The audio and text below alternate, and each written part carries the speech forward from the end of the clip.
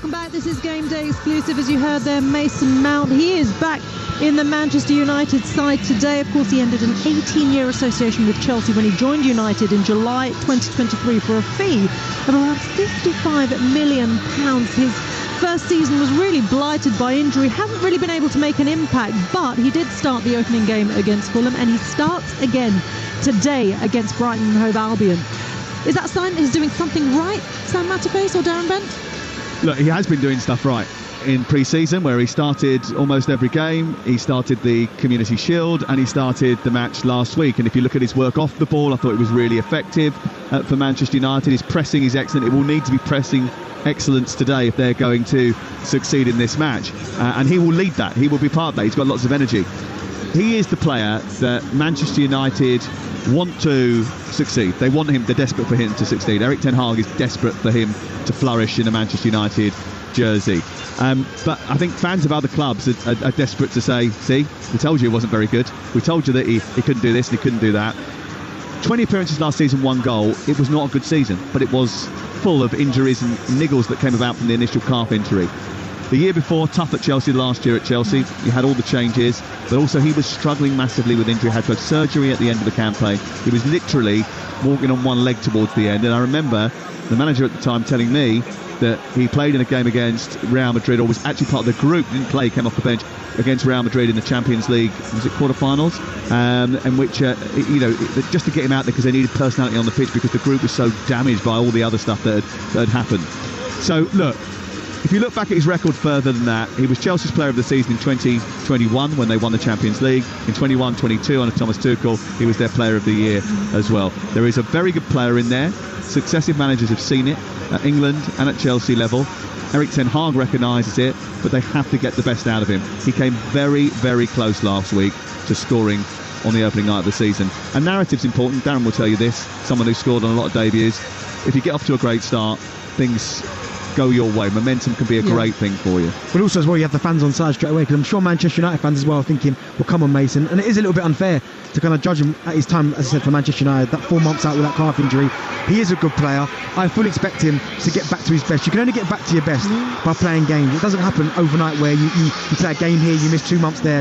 If he has a run of games for Manchester United at the start of the season, we will start to see, come mid-season, the best of Mason Mount. It takes time though. It does take time. Do you think, I guess it's inevitable really that all those injuries really did affect him mentally as well. So when the crowd are going against you, when results are going against you and the injuries going against you, does that play a part as well in why he hasn't been able to really sort of get going? Maybe. Lucky enough to have known him for a while, and I believe he is a very strong character. I think, in fact, he's one of the strongest mentally that I've met recently. Really? Yeah, he blocks out all the noise. He doesn't get affected by that. Obviously, I'm sure there are times when he does get affected by it. Everybody does, and to say that they don't is wrong. But he is very good at being one-eyed and focusing on what he wants from the game.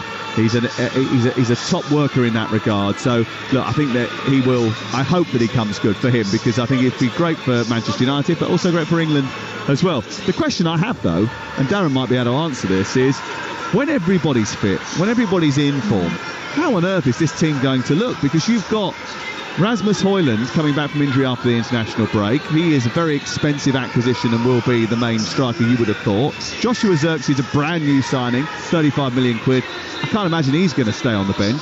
Alejandro Garnacho is being talked about in circles as possibly a world-class player eventually, because of the potential that he has shown.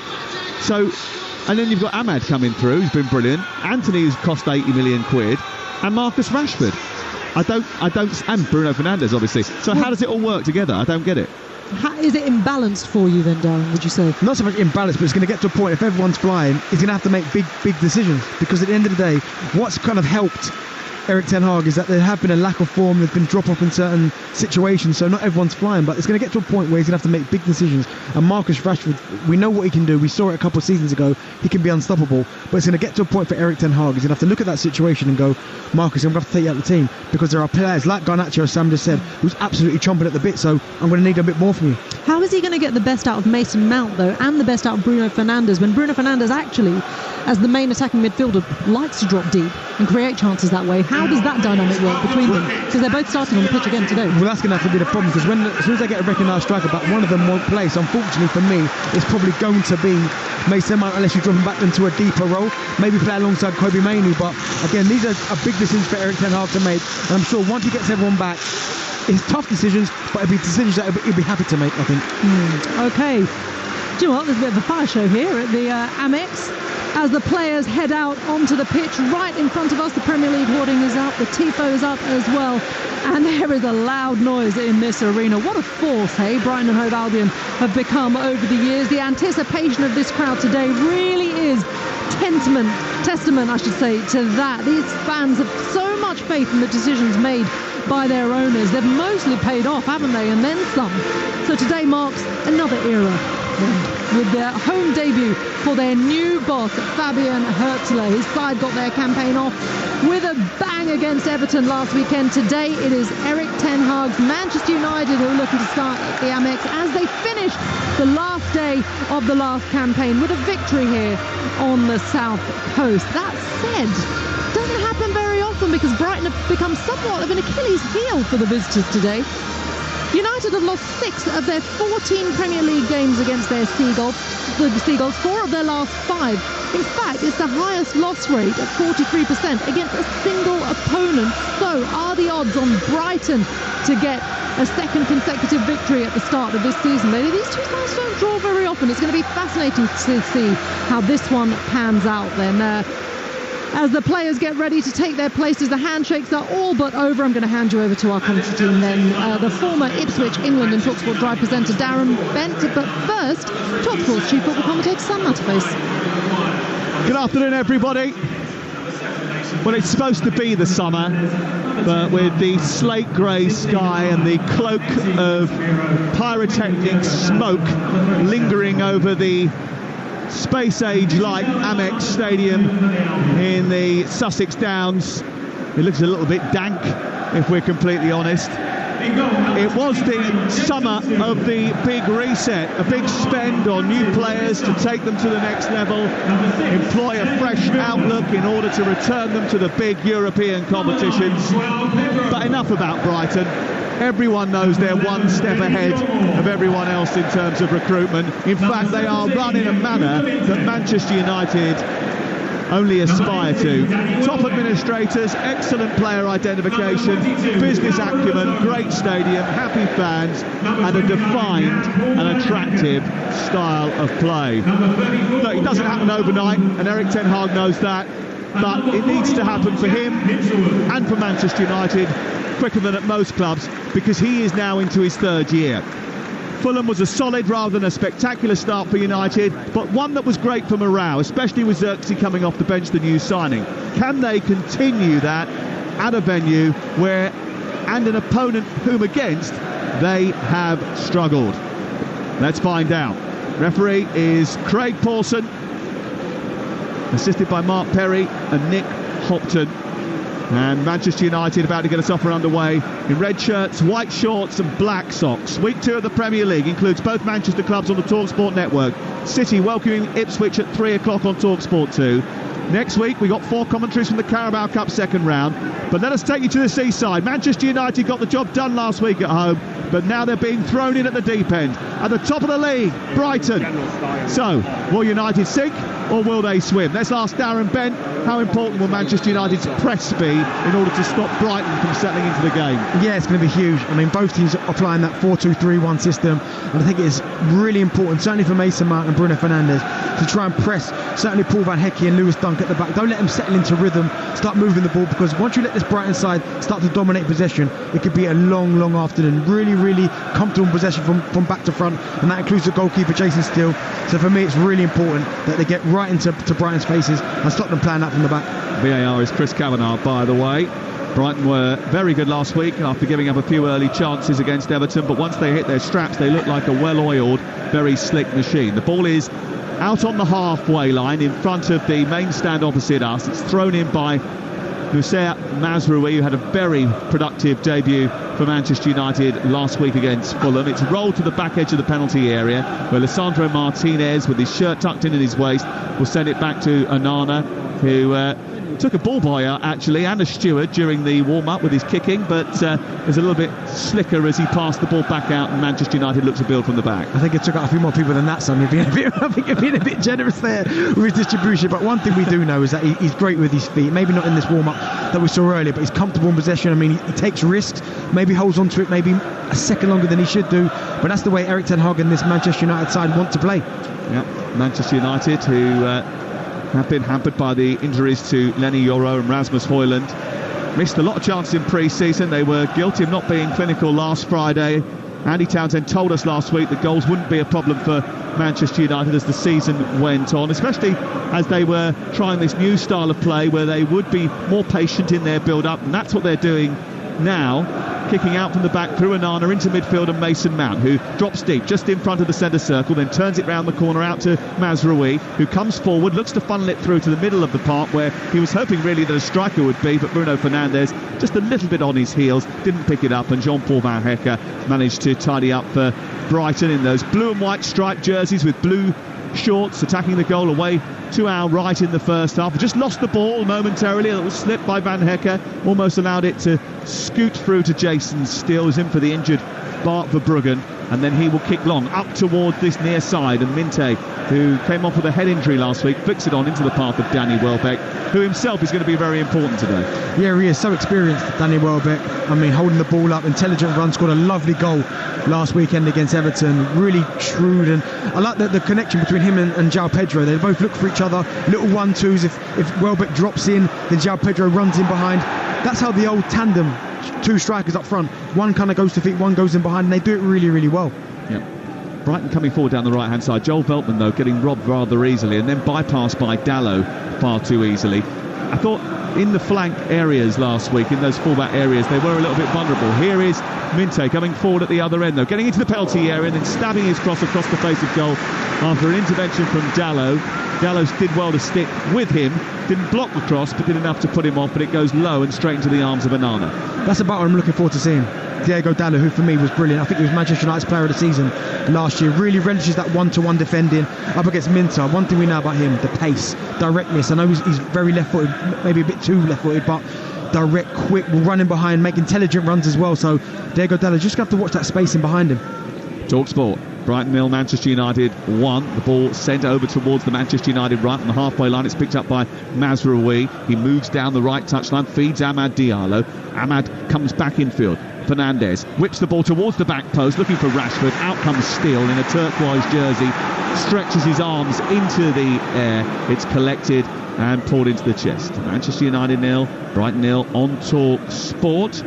And over on Talksport too, we've got a goal already. And QPR have had a bit of a tough time at the beginning of the season. Tough first day against West Brom. Better last week against Sheffield United. Have taken the lead. Michael Frey with the goal. 1-0 the scoreline at Loftus Road.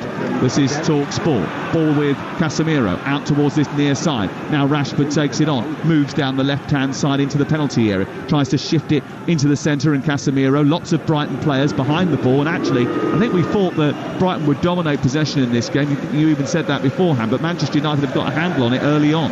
Yeah, they haven't. It's almost like Brighton are letting them play, which tells me that they feel like they can catch them. They're not good enough to maybe break the lines, because everyone's kind of in shape. They're kind of half pressing, not really going full throttle, but you can see quite clearly, because when Brighton do get the ball, you've got Matoma, who stayed high, you've got Minter that stayed high, Danny Welbeck stretching, Martinez and Harry Maguire. So it's almost like they're letting them do that false sense of security. Then when they win possession back, boy, do they break quickly. Brighton 0, Manchester United 0, Bristol City 0, Coventry 0 in the Championship. Still goalless between Hull and Millwall, and QPR lead on Talksport 2 by a goal to 0. In League 1, 0-0 between Burton and Stevenage, Stockport against Bristol Rovers. And in League 2, no goals between Crewe and Swindon, and Tranmere against Walsall. As soon as there is any goals in those early kickoffs today in the EFL, we will let you know. Ball out of play on this near side. I think it might have been rolling. And it is Fabian Herzler's first taste of the Amex Stadium. Not his first time connecting with the Brighton support. He spent some time with Brighton fans when he stood in the away end at Palace last season. Nobody knew who he was. He was on a mid-season break with St Pauli. He just blended in. He just wanted to watch the game. But when you factor that in, and that story I told you about and go to training and watching Roberto De Zerbi operate, it does feel a little bit more planned than maybe it's being let on as being. Oh, that's a mistake at the back by Dunk, and he's given the ball away, and it went out of play and straight out for a corner. He was being pressed there by Manchester United. We spoke about that press and how important it was going to be. Fernandes on the goalkeeper, Ahmed straight down on Dunk. He mishandled the ball, kicked it towards Van Hecke, but it was out of play before Van Hecke could get there, and it's the first corner of the game to Manchester United. And we saw Everton do that last week, caused them, certainly at the start of the game, really pressed them and caused them problems, and maybe Lewis Dunk trying to be a little bit too clever, because I think in those situations there was no real pass on. Just clear your lines, everyone squeezes up, and that's the danger gone. The fact now that he's panicked and he's poked it out for a corner, let's give Manchester United an opportunity. Yeah. Jones Sharman, the assistant, has just come out to the edge of the technical area to have a word about the setup for this set piece. It goes in towards the centre of the 6-yard box, and it's headed away towards the near touchline, then sent back into Amad Diallo's path, and then all the way back into the centre circle where it's collected by Mazraoui. 0-0 the score on Talksport after just over 7 minutes on Talksport. Clipped forward by Onana, out to the right, chested down by Rashford, but he is in an offside position when he receives the ball, and he complains to Onana that ball wasn't released early enough. And there's been a few sort of harsh words. I saw James Milner rollicking Yankuba Minte on this near side for not getting out towards the touchline and taking on Dalot a little bit earlier in the game. I mean, Onana there, but Marcus Rashford, he's on the touchline. He's looking straight along the line. He should be offside in that situation.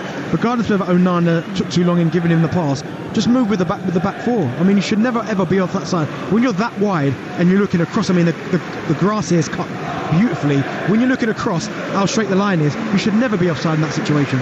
It's the perfect playing surface, isn't it? They've built or are building a new fans area so that fans can have somewhere to go before the match and after the match for longer, to try and make use of the area that they've got in and around this stadium. It's a forward-thinking club. I know that they were involved in planning meetings this week about how they could do things even better than they already do. They want to keep driving forward. They want to keep taking it to the new level. I think the ambition is to get them back in European competition this season.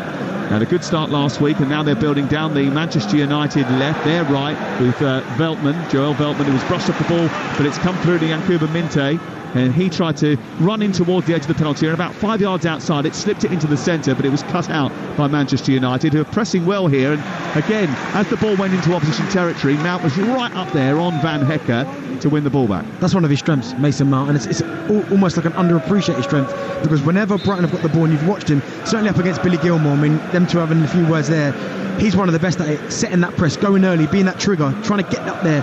He's got the energy to do that, and he'll do that more and more. The more minutes he plays, because we spoke about it last season, he struggled a little bit because of the injuries.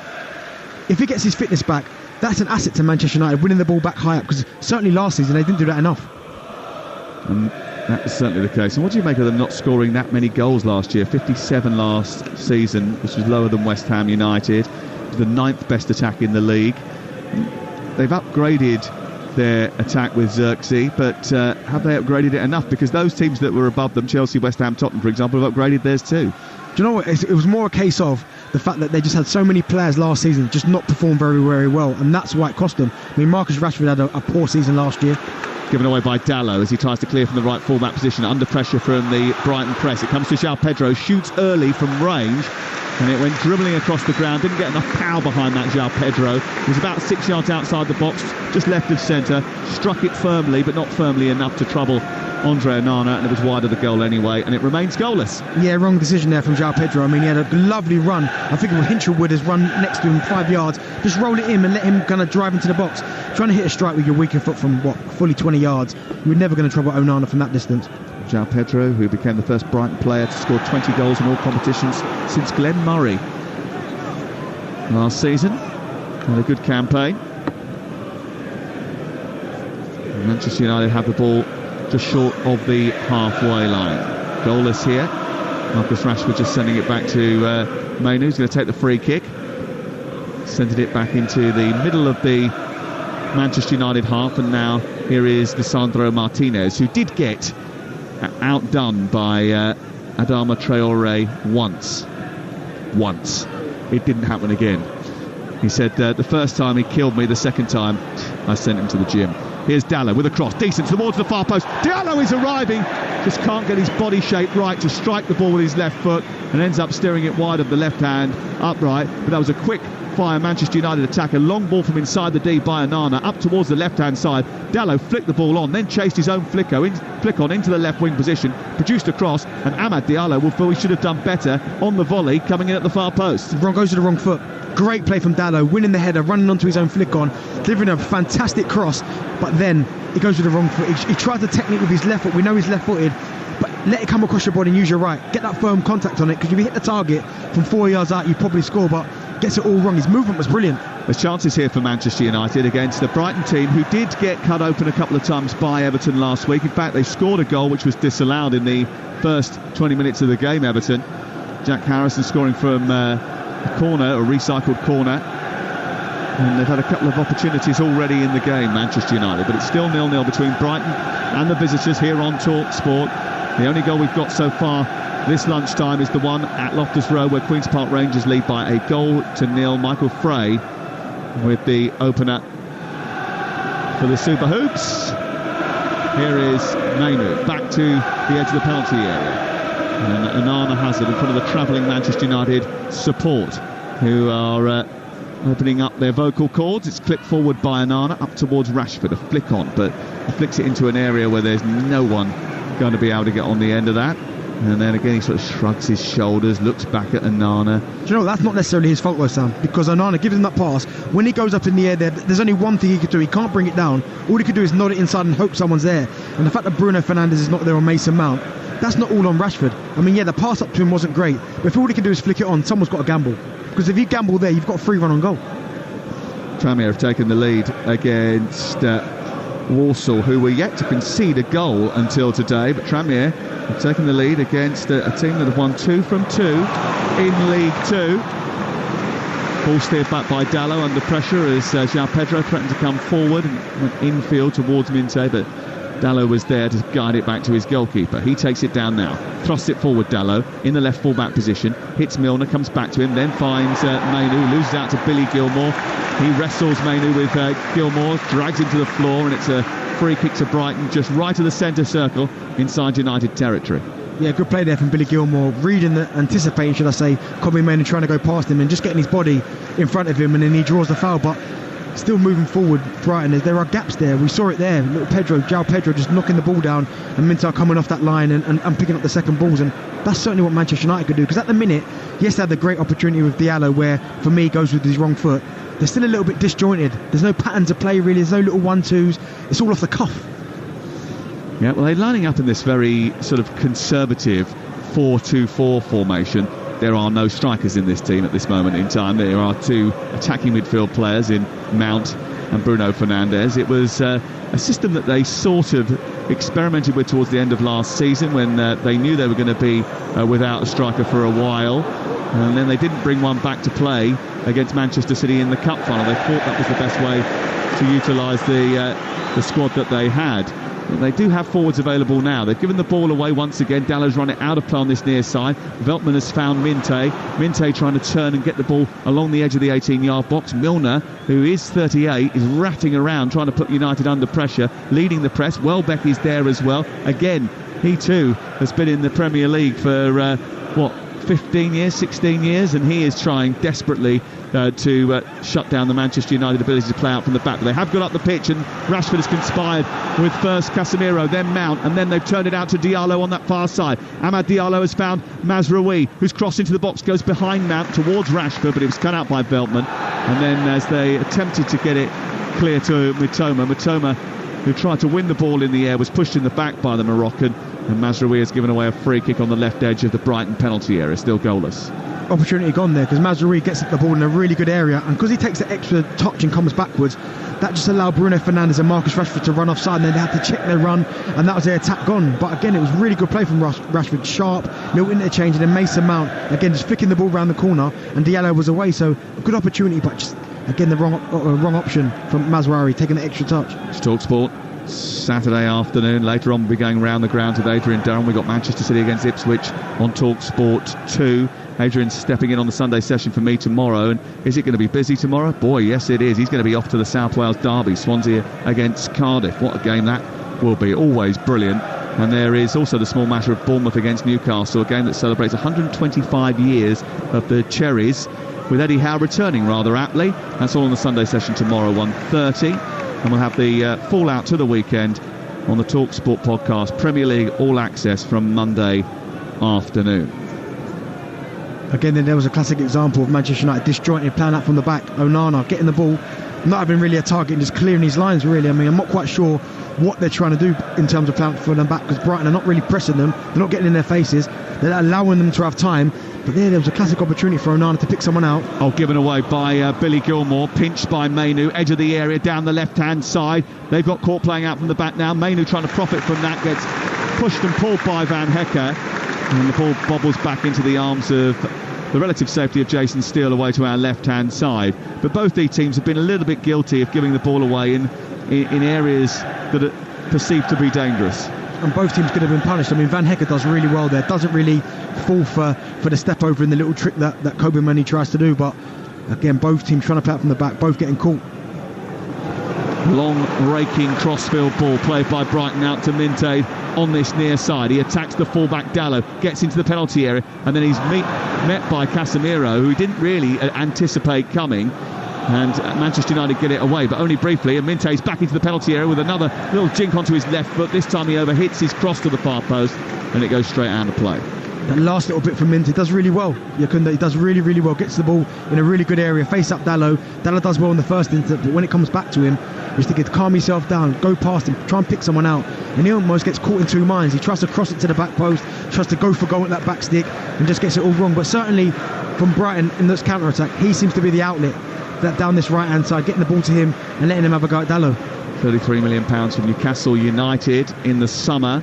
He didn't actually feature for Newcastle last season. He was on loan at Feyenoord last campaign under Arne Slot. He scored 11 times in 37 appearances. He was flying at Everton before he was prematurely replaced because of a suspected concussion last week. And he's had a bright start to the game without really being able to cause problems for Manchester United in terms of goal scoring opportunities.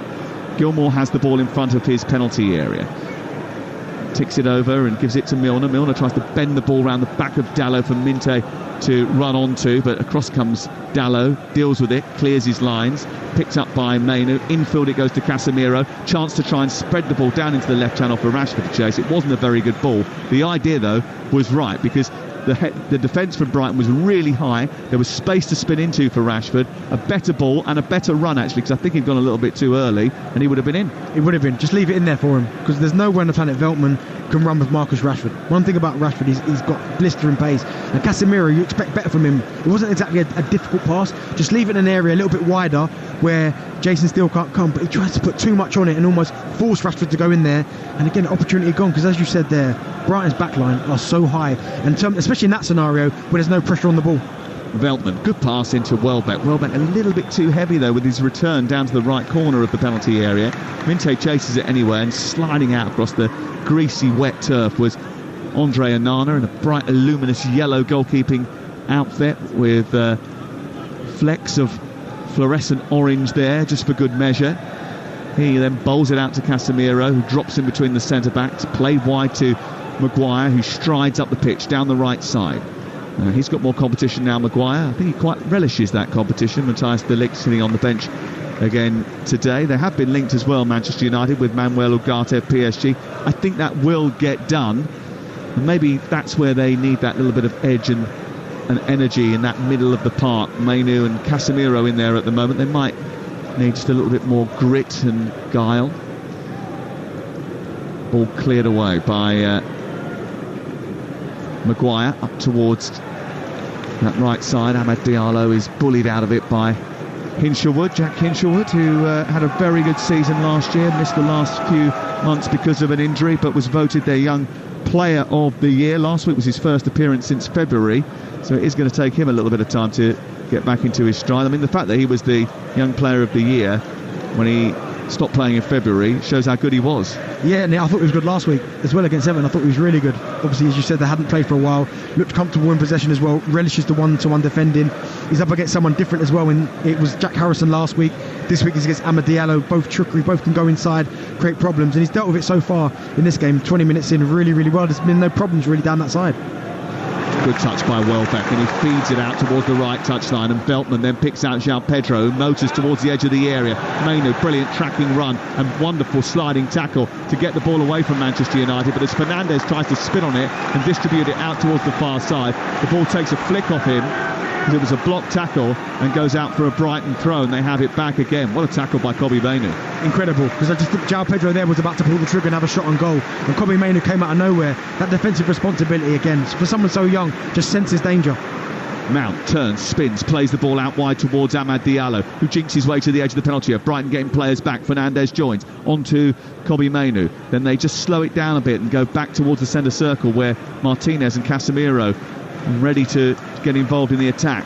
Amad's come centrally, but it's a very congested central portion of the pitch, with Brighton getting everybody in blue and white shirts behind the ball. Out wide it goes to Fernandes, then to Rashford. Rashford goes on another run, and then there was a little bit of a handball situation involving Veltman. I think he sort of dived in and then caught the ball with his hand and scooped it away because he thought that Bruno Fernandes was going to nudge the ball into space down the left-hand side. And actually, that should be a booking. It should be. It's a deliberate handball. At first, I thought we got away with it, the way he kind of dived in and scooped it with the blind side from the referee, but good referee in there. And yeah, it's a blatant handball. It's definitely a booking, and now an opportunity for Manchester United to get the ball in the box. But I almost feel like Brighton are allowing the ball to go wide for Manchester United, because I feel with the likes of Van Hecke and Lewis Dunk, they're two big guys, both of them 6 foot plus. They want crosses coming into the box so they can deal with it. What they don't want is that little bit of movement in and around the edge of the box where it's quite short and sharp. And there's a bit of pushing and shoving going on the edge of the penalty area. James Milner and Lisandro Martinez have been paired together. That's an interesting mix. Harry Maguire is round the back post being watched by João Pedro. Watch out for him. Dalot and Rashford in there as well. It's curled towards the far post. Dalot is there. Casemiro with a header. It's over the top of the crossbar. Now, I don't know whether or not Casemiro ended up fouling Jean-Paul Van Hecke as the ball came into the box there, but he certainly got free, Casemiro, as the ball was played in, and he had a free header inside the penalty area. Anyone who watched last Friday night's game noticed that he got free a lot from set pieces, had chances and didn't hit the target, and the same story is there again. To be fair, that's Casemiro, since he's come to Manchester United, that was one thing I didn't realise about him, how good he is in set plays, how much he gets his head to the ball. But there was 3 or 4 of them. I think Dalot was behind him, and there was opportunities for all of them to head the ball, and that's something Brighton have got to look at. There was an overload on that back post, and in the end it's a poor header from Casemiro. He should at least hit the target from there. 0-0 the score. You're listening to Talksport live on a Saturday lunchtime, game day exclusive. Here is Billy Gilmour, who tries to turn and gets away from both Fernandes and Mainoo, controls the ball well and then pops it up towards the right side. Minte takes over, approaches the edge of the penalty area, flicks it down to Milner by the byline. His cross takes a deflection from Martinez and it's cleared away by Mainoo, but only as far as Van Hecke, who gave an interesting interview yesterday to The Telegraph. I was fascinated to hear him talk about his family and how losing his father to illness, aged just 55 a couple of years ago, left a hole in his life, and now he always thinks, I have to play well because my dad will be looking down on him. He is the nephew of Jan Portvliet, who was the former Southampton manager and actually played for the Netherlands in the World Cup final of 1978. And I think he's going to get a call up to the national team in the not too distant future. He's certainly in the provisional squad for the Nations League games. You're listening to Brighton 0, Manchester United 0 on Talksport with Sky Sports. Don't forget that with Sky Sports you can stream more football than ever before, available with no contract on now, like Aston Villa versus Arsenal live today. Search Now Sports. There was a chance for Brighton to thread the ball to the edge of the penalty area, well stopped by Manchester United, and it's cleared away by Maguire. No team's really got going in the final third yet. I mean, they've both tried, they've huffed and puffed, but there's no been any clear patterns of play. Both teams have had good scenarios. There, Brighton, it was a simple pass in behind for Danny Welbeck, and they got that all wrong. Mazraoui does really well, and Casemiro again on the flip side for Manchester United, a simple pass, rolling it in behind, gets a little bit too much on it.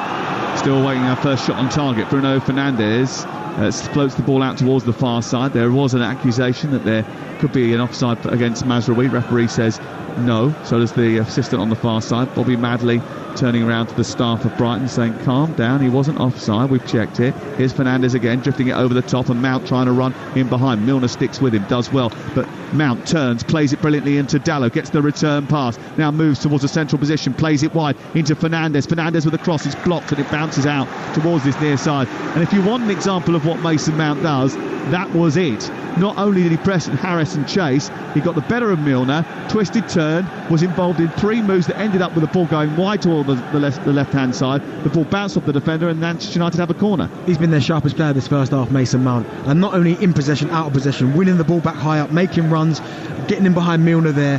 He has been, if you're Eric Ten Hag looking at his performance so far in this first 25 minutes, you'd be delighted with him. Yep. 26 gone. Here is Fernandes, a short ball into Amad Diallo. He gets it back again. He's got the chance to cross, but he took an extra touch, then burst it with the outside of his boot into the box. It was missed by Maguire, goes through the central area, out to the other side, back into the penalty area it goes. Dunk chests it down, and it's prodded from the edge of the box, but United have got it back. Casemiro into Maguire, who was vying with Veltman. Then a curling effort from the edge of the D from Diogo Dalot, but it was just a little bit too high, wouldn't come down in time to nestle under the crossbar, and floats behind and away for a goal kick. But the best chances actually have gone Manchester United's way. Yeah, they have. Yeah, Diogo Dalot. We've seen him score from that type of range before, and he gets it right. Actually, it's a nice height. He gets a nice curve on it as well, but just gets a little bit too much on the strike. But again, the Brighton defenders there moaning about the offside. It looked like there was a couple that the linesman should have put his flag out, and we know that he's not going to do that. And it's just frustrated the manager as well. He's got up a little bit, had a few words with the fourth official. Not happy about that at all. Fabian Herzler actually said to someone this week, I behaved myself last week. I was very good on the touchline at Goodison Park in a hot atmosphere. But he is known for being quite energetic and expressive on the touchline. Well, I've seen it this first half. I mean, he's been up and down. He sits down for a couple of seconds and jumps back up again because he's not happy with something he's seen. He'll sit back down again, come back, he's back up again. I think if you're a player, you don't mind that. The passion, the energy. There was quite clearly he's seen that his team can play better. We saw him last week at certain times be devastating. Just quite haven't got it going in the final third. They took a few risks playing up from the back as well, which haven't worked yet. He loves football.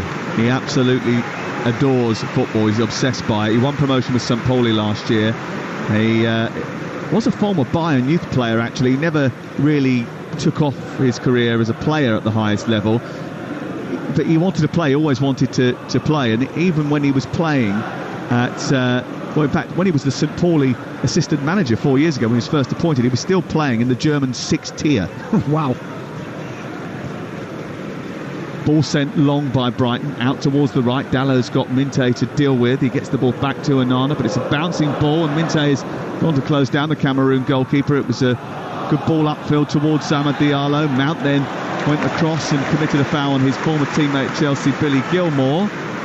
And Mount explaining why he shouldn't have been penalised for that. And the referee, Craig Pawson, has given the free kick Brighton's way. A little bit harsh there. Didn't think it was a foul either. I thought Mason Mount read the situation really well and got there and pressed Billy Gilmore, and he went down and the referee gave a foul. So a little bit harsh for Mason Mount, but again, he seems to be the one, that energy, that trigger.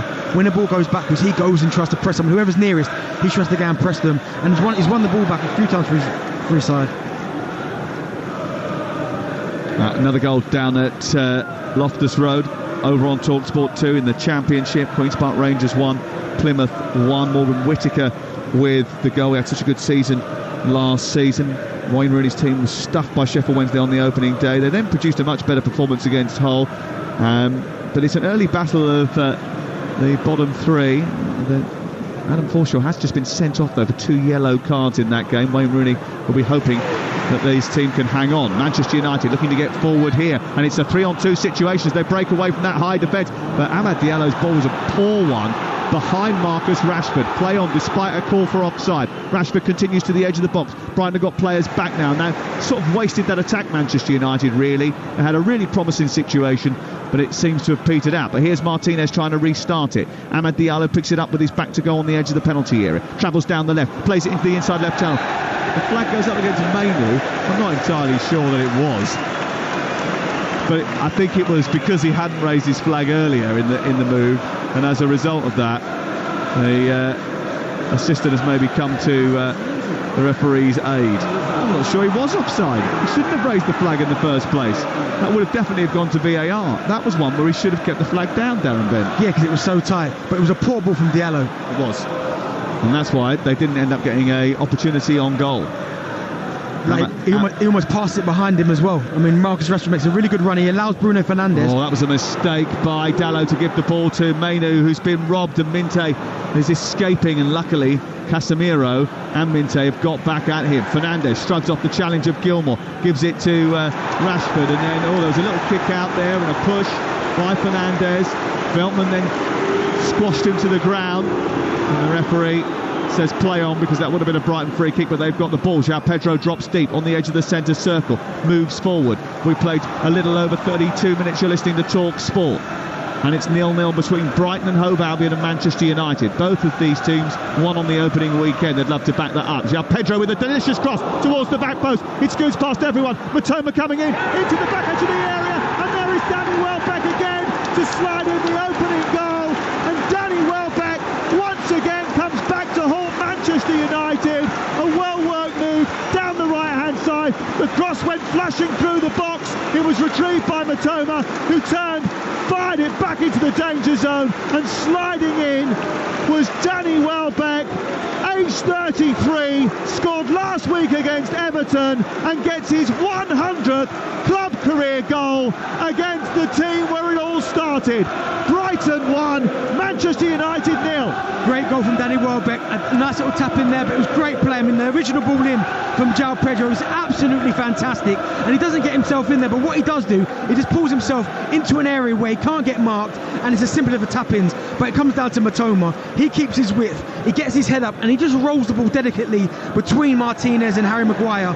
No one's picking up Danny Welbeck, and he just slides in. And at first I thought maybe Matoma would put too much on the cross. He doesn't. He gets himself into a perfect area, he rolls it across, and there's Danny Welbeck 2 yards out to slide in and give Brighton the 1-0 lead. Really good goal.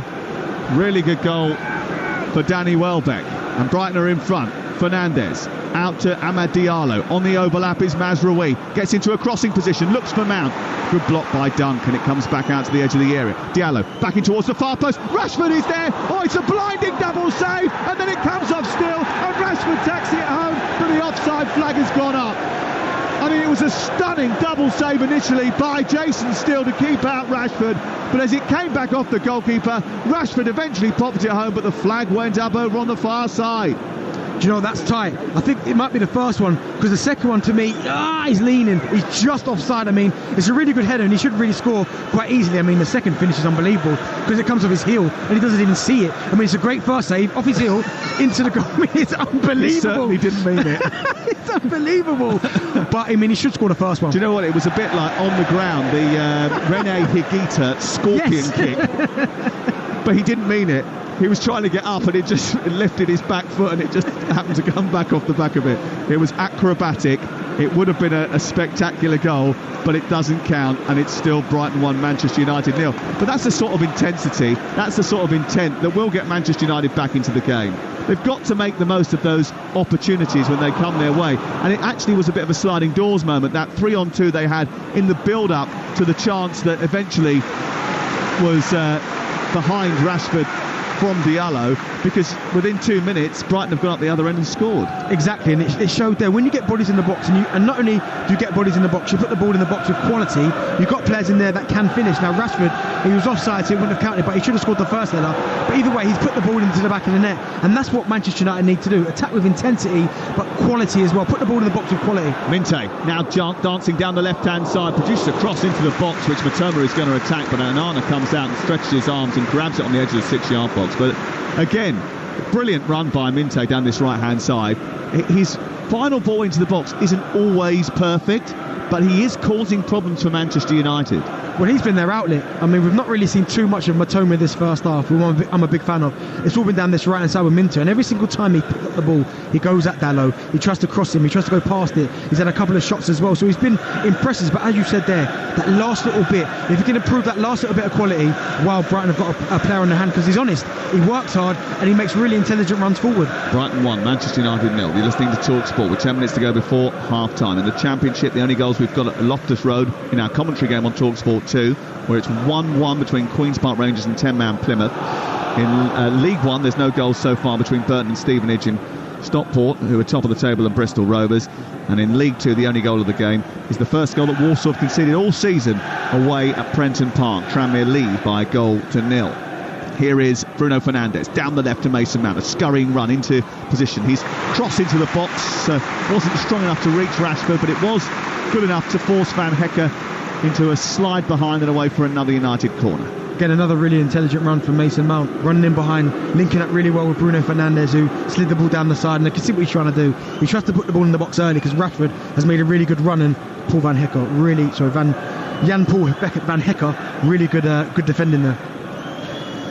Corner kick to be taken by Bruno Fernandes, right-footed. It's a deeper one this time. Rashford is underneath it, but so is Billy Gilmore, who gets up and flicks it behind. And the coaching staff responsible for set pieces at Brighton celebrate a very good defensive display. They deal with that well. It goes out for a throw-in over on the far side, collected by Mazraoui once more, and then it's on to Harry Maguire, who played well against Fulham. Ball clipped over the top to Bruno Fernandes, who's broken the lines. Send it back for Mason Mount, who strikes it, and it's straight at the goalkeeper, who falls upon it. Didn't get enough power in that, Mason Mount. Lovely run from Bruno Fernandes, in behind the Brighton defence, tucked it back to the edge of the area. Mount was in the perfect position, just needed a bit more venom. But the Lions have put his flag up. So about one thing about Brighton's backline, they've been really, really brave, because there's been times where it has been touch and go, whether they were offside or not, and they've still continued to do it. They're still squeezed up and caught them offside. So Manchester United just need to look at that, because that is an opportunity for them. A little set and then a little sliding behind. If they can time that right, there's been about 3 or 4 occasions this first half where they've gone too early, they've been too eager. If they just slow it down a little bit, they can catch Brighton out. Talksport, Saturday afternoon. You're listening to Game Day exclusive, and we're at Brighton's Amex Stadium on the south coast. I heard a busy weekend of Premier League and EFL action for you. Later on today, we're round the grounds with Adrian Durham, who's just along the south coast. I say just along the south coast. It takes about 2.5 hours to get there. Southampton. A little bit later on, he'll bring you all the goals from the Premier League, the EFL, League 1 and 2 and the National League. Here is Mitoma trying to drift into a crossing position over on the left-hand side. He swivels and gets beyond Mazraoui, and then his cross is a little bit too deep. It runs out of play over the head of Minte and out for a throw-in on this near side. We've got a wave run there, Manchester United, because I thought that was a Brighton throw-in. I mean, Mitoma faced up Mazraoui, does really, really well, clips it into the back, and then it looked like it took a little nick and went out for a Brighton throw-in, but it's gone to Manchester United's way. Currently Brighton 1, Manchester United 0. The latest odds are available via Betfair, the official betting partner of Talksport's Premier League coverage, where right now you can get Brighton to win the game at 10-6 on, and Manchester United 9-2. The draw is 14-5. Don't forget the Betfair are paying out winning bets at 90 minutes with 90-minute payout. It applies to match odds, 90 markets, or markets with the 90 icon. That's all thanks to Betfair. 18+. BigGambleAware.org. Talksport. Throw in for Manchester United. Still hasn't really been taken over on this near side. Eventually it's cleared upfield, and it will go up towards the halfway line. I think Marco Nupu is the new goalkeeping coach for Brighton. He's also responsible for the set pieces, which is why he keeps coming out and getting very, very animated on the touchline every time they have to defend one or attack one. Stockport have taken the lead in their game at Edgeley Park. Top of the table, Stockport lead by a goal to that goal's just gone in. No scorer at this moment in time. And they are yet to concede a goal so far this season, but they're in front against unbeaten Bristol Rovers in League One. Good start there for the Hatters, who have had a good couple of seasons, haven't they? Mason Mount wins it far side, clips it back into midfield. Cross it goes to Harry Maguire as Manchester United search for the equaliser. 6 minutes to go before half-time. Rashford runs down the left, beats Veltman with ease, and then stops the ball, doesn't continue his run, then tries to play it in behind Van Hecke. Across comes Fernandes to try and get on the end of that. He tussles with Van Hecke, but Jean-Paul Van Hecke does a very, very elegant move, just puts his body between ball and man and comes away with the ball. They then give it back to Manchester United, who are on the attack once again. Rashford is down, but Fernandes is floating the ball into the box, still comes out to grab it and gets there ahead of Amad Diallo, and they're just going to stop the game here to make sure Rashford is okay. Yeah, it was a little bit of I won't say a bad challenge, but Rashford tries to pop it off a little 1-2 and he just gets blocked, and I think it's Veltman that blocks him, and he's down in some discomfort. But I mean, again, Manchester United get into that final little bit, and a little lack of quality as well. The final pass just not there. It was a little cross there, Kobe Mainu getting on the ball as well. But I wonder if Erik ten Hag can't convince Marcus Rashford to play down the middle, because I'm looking at Bruno. Well, he's not going to be able to do it. They've talked about it in the summer. They decided he wants to play in off the left, but he's not offering enough on the left. I think when you look at his attributes, his pace, his directness, his runs in behind, I almost feel like he's wasted out here on the left hand side, because you're seeing Bruno Fernandes, you're seeing Mason Mount doing that. That's not their strengths. Well, he doesn't want to do it, but why does he not want to do it? For me, I don't understand, because for me, the best thing about playing football, certainly when I played, was scoring goals. And by playing down the middle there, the runs in behind, you're going to get more opportunities. But he just doesn't want to do it. And I think he looks more comfortable playing out down the middle, because at the minute, he's not offering anything playing wide. Here is Veltman on the right side, feeding the ball to Yankuba Minte once again, who slips the ball towards the edge of the 6-yard box, and then Manchester United almost gave it away to Minte as they eventually tried to get it out of their box. It's still sticking around the edge of the area, and then it's just hoofed away by Fernandes, and then up to the halfway line, and Brighton have got it back again. And just get the feeling that after that initial response from Manchester United, all of a sudden Brighton are just starting to assert a little bit of control on the game again. Yeah, they are, a little bit more belief. Now starting to move the ball really, really well, asking one or two problems. I mean, Minte, he's been chaos this first half. I mean, every single time the ball's been anywhere near him, Diego Dalot doesn't know whether to go tight, to allow him space to run in behind. He just doesn't know what to do. Martinez is getting drawn out now to try and help him. But it's been a really good first half from Brighton without really testing Onana enough. Manchester United certainly haven't tested Jason Steele enough, but it's they who are being stretched and tested at this moment in time. And Minte has chased the ball out to the corner flag, retrieved it for Brighton, now tries to take on Dalot. I think he fancies himself against Dalot. That time he sort of run into the Portuguese who came away with the ball, but I think he fancies himself against him, doesn't he? He thinks I've got the beating of him. Rashford's just been beaten to it by Van Hecke, and actually had quite a frustrating first 42 minutes, Marcus Rashford, on this near touchline. And with weapons on the bench, you might think that Erik ten Hag would make changes sooner rather than later. It's not panic stations for Manchester United, that is for sure, but I think they need a presence down the middle of the pitch. I mean, Joshua Zirkzee sitting on the bench, he made a major difference when he came off the bench last weekend.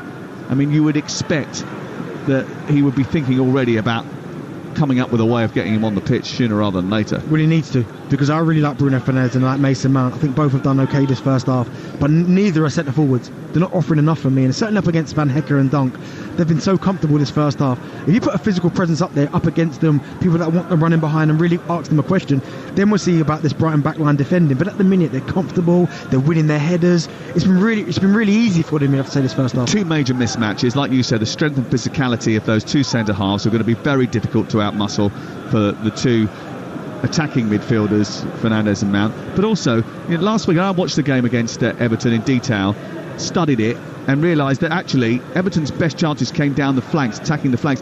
Amad Diallo and Rashford haven't done enough in the game against two fullbacks. Let's be honest about it. Joel Veltman, he's older than you, and Jack Hinchelwood, I mean, he's not a left back, is he? Let's be completely honest. He's played in a variety of different positions, but he is a makeshift left back who's only played one game since February. Exactly. It's been so comfortable for both fullbacks, and you think Diallo and Rashford are both very, very quick, can both hurt you in behind, and neither have had that opportunity. I know the service hasn't been great to them, but they've also got to do more to try and affect this Brighton backline. João Pedro into Matoma, lovely little pop off to the left hand side. Hinchelwood arrived and couldn't quite steer it centrally, sort of slipped as he went to push it into the box, and it goes into the arms of Onana. He's 32, by the way, Joel Veltman. He is a little bit younger. Well, I'm 40, so it's a bit harsh.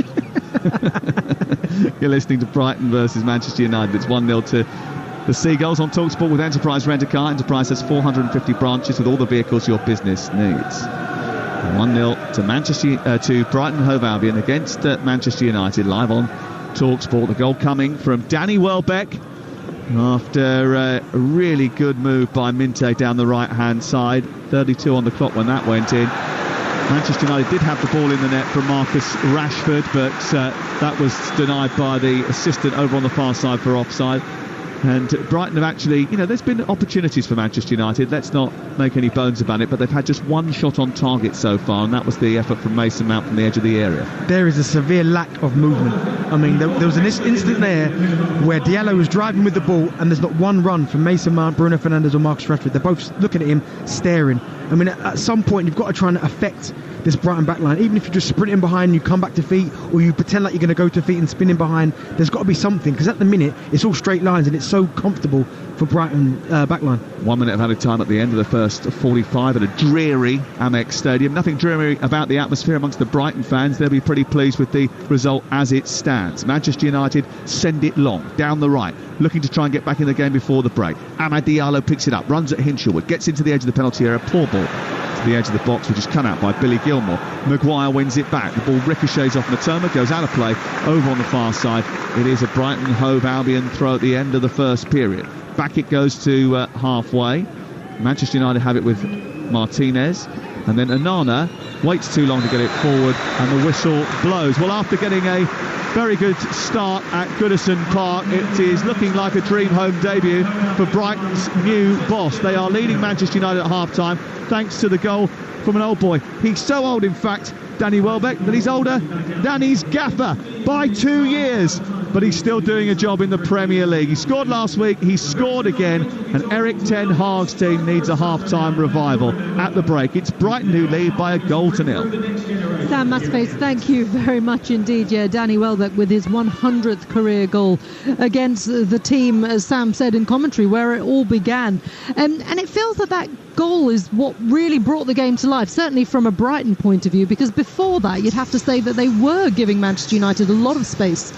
They were. I mean, they gave Manchester United certainly the respect that they probably felt they deserved, but then Manchester United offered very little. So it was almost Brighton were like, well, what are we waiting for? Let's try and up it a little bit. Let's start playing in their half and see what problems it caused. Now, I don't think neither team have been at their absolute best, but you'd have to say Brighton have probably been better in the final third. I mean, Manchester United at times at first half got into some really good areas, but that last little bit of quality hasn't been there.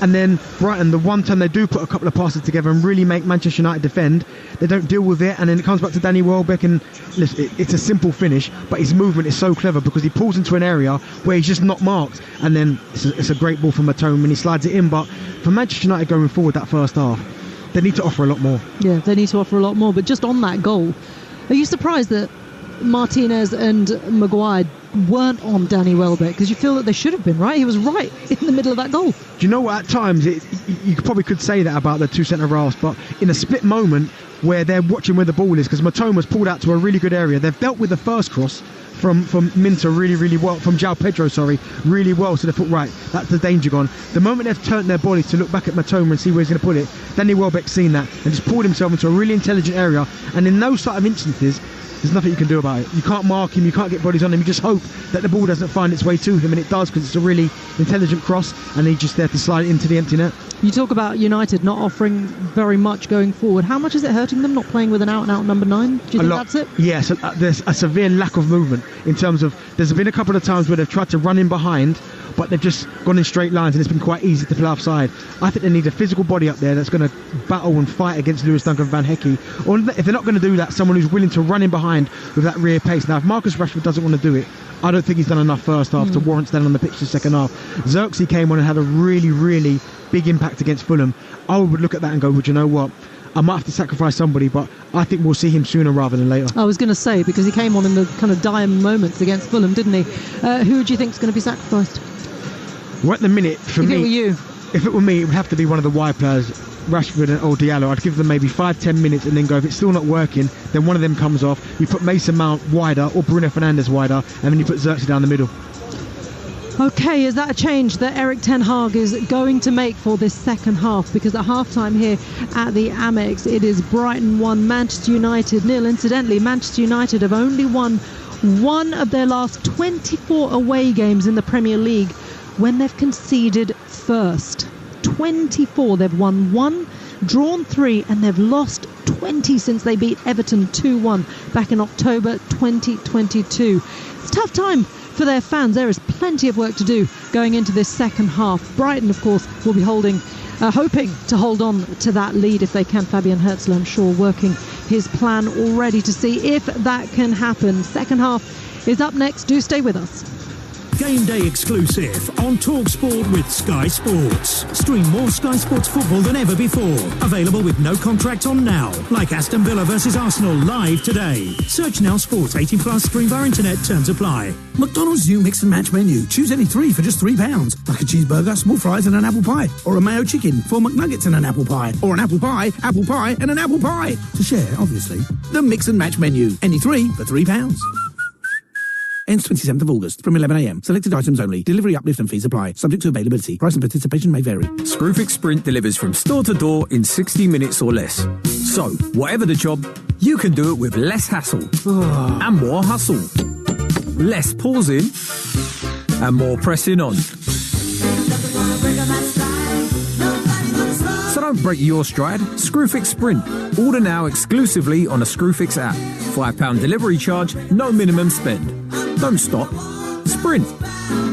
Conditions and geographical restrictions apply. Selected products. At Betfair, we believe that to play different, you need the right tools. The boots, the world-class tactics, the science-backed nutrition. The pros have their tools, and with Betfair, so do you. Our safer gambling tools work just like the right pair of boots, designed to keep you on top of your game. Open the Betfair app to equip yourself so you can bet at your best. Betfair. Play different. 18 plus. BeGambleAware.org. Now that football is back, you're going to want to follow every kick, goal, card, and transfer as soon as it happens. So from Ipswich back in the big time, to Villa in the Champions League, and City going for 5 in a row, you know where to go. Follow it all at thesun.co.uk. We all fantasize about our perfect home, watching the big game cozied up in the snug. Balmy summer nights with the kids playing on the lawn. We're playing real-life football! But come on, this isn't real. Listen, if you're serious about making your fantasy a reality, find out what your home is worth instantly with a free online valuation estimate. Get real about moving.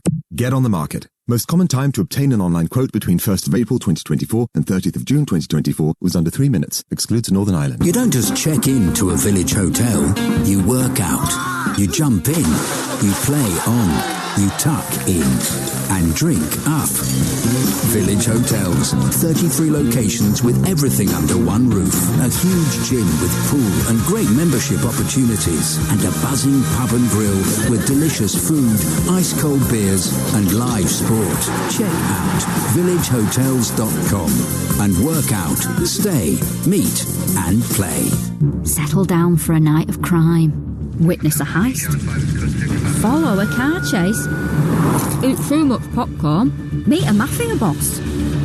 Join in on a bank robbery. Think about making a cup of tea. Be too comfortable to get up. For less. Selected IKEA sofas are now at a new lower price, along with thousands of other products. IKEA, the wonderful everyday. Game day exclusive on Talksport with Enterprise Rent-A-Car. Enterprise has vans of all shapes and sizes, so if you've got a plan, we've got a van. 100% total football each and every weekend. Oh, and he's found the net! Game day. Brilliant strike! Live football coverage that's beyond compare. Game day exclusive on Talksport. Hello, yes, this is Game Day exclusive here on Talksport. I'm Reshmin Chowdhury and we are live at the Amex for Brighton against Manchester United, our live Premier League game here across the Talksport network. And the halftime score, it is Brighton 1, Manchester United 0. Danny Welbeck with the goal for the Seagulls against his former club, of course. Over on Talksport 2 in the Championship, it is QPR 1, Plymouth 1 in our exclusive EFL commentary, although Wayne Rooney's Plymouth are down to 10 men after Adam Forshaw was sent off after picking up 2 yellow cards. Elsewhere, Bristol City 1, Coventry City 0, Hull City 0, Millwall 0. In League 1, it's Burton Albion 0, Stevenage 0, Stockport County 1, Bristol Rovers 1, and in League 2, it is Crewe 0, Swindon Town 0, Tranmere 1, Walsall 0. Those are all the 12:30 kickoffs. All of those games are currently at half-time. Let's get a quick update from the cricket, shall we? It is the 4th day of the first test between England and Sri Lanka at Old Trafford. How's it looking, John Norman? Well, we're still here, and a huge upset is on the cards. Sri Lanka have gone through the session without losing a wicket. They started at 204 for 6. We had a bit of a rain delay along the way, but they've gone in at lunch 291 for 6. Kaminda Mendes has batted brilliantly for his 101.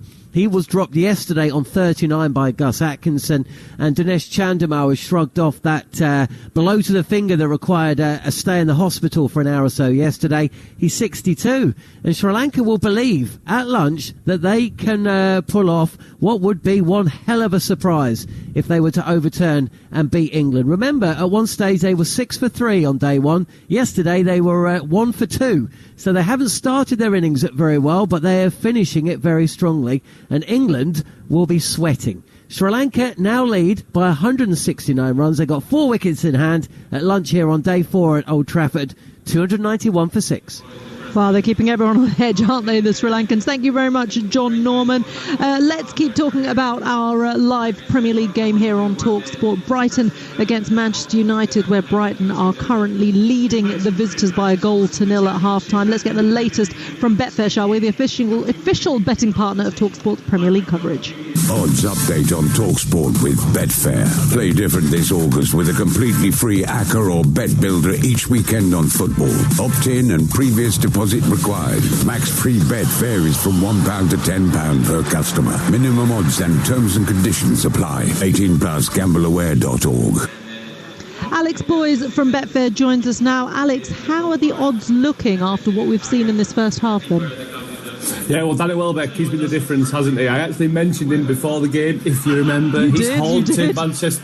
He's haunted them too many times before not to bring him up, and he was 7-1 to score first.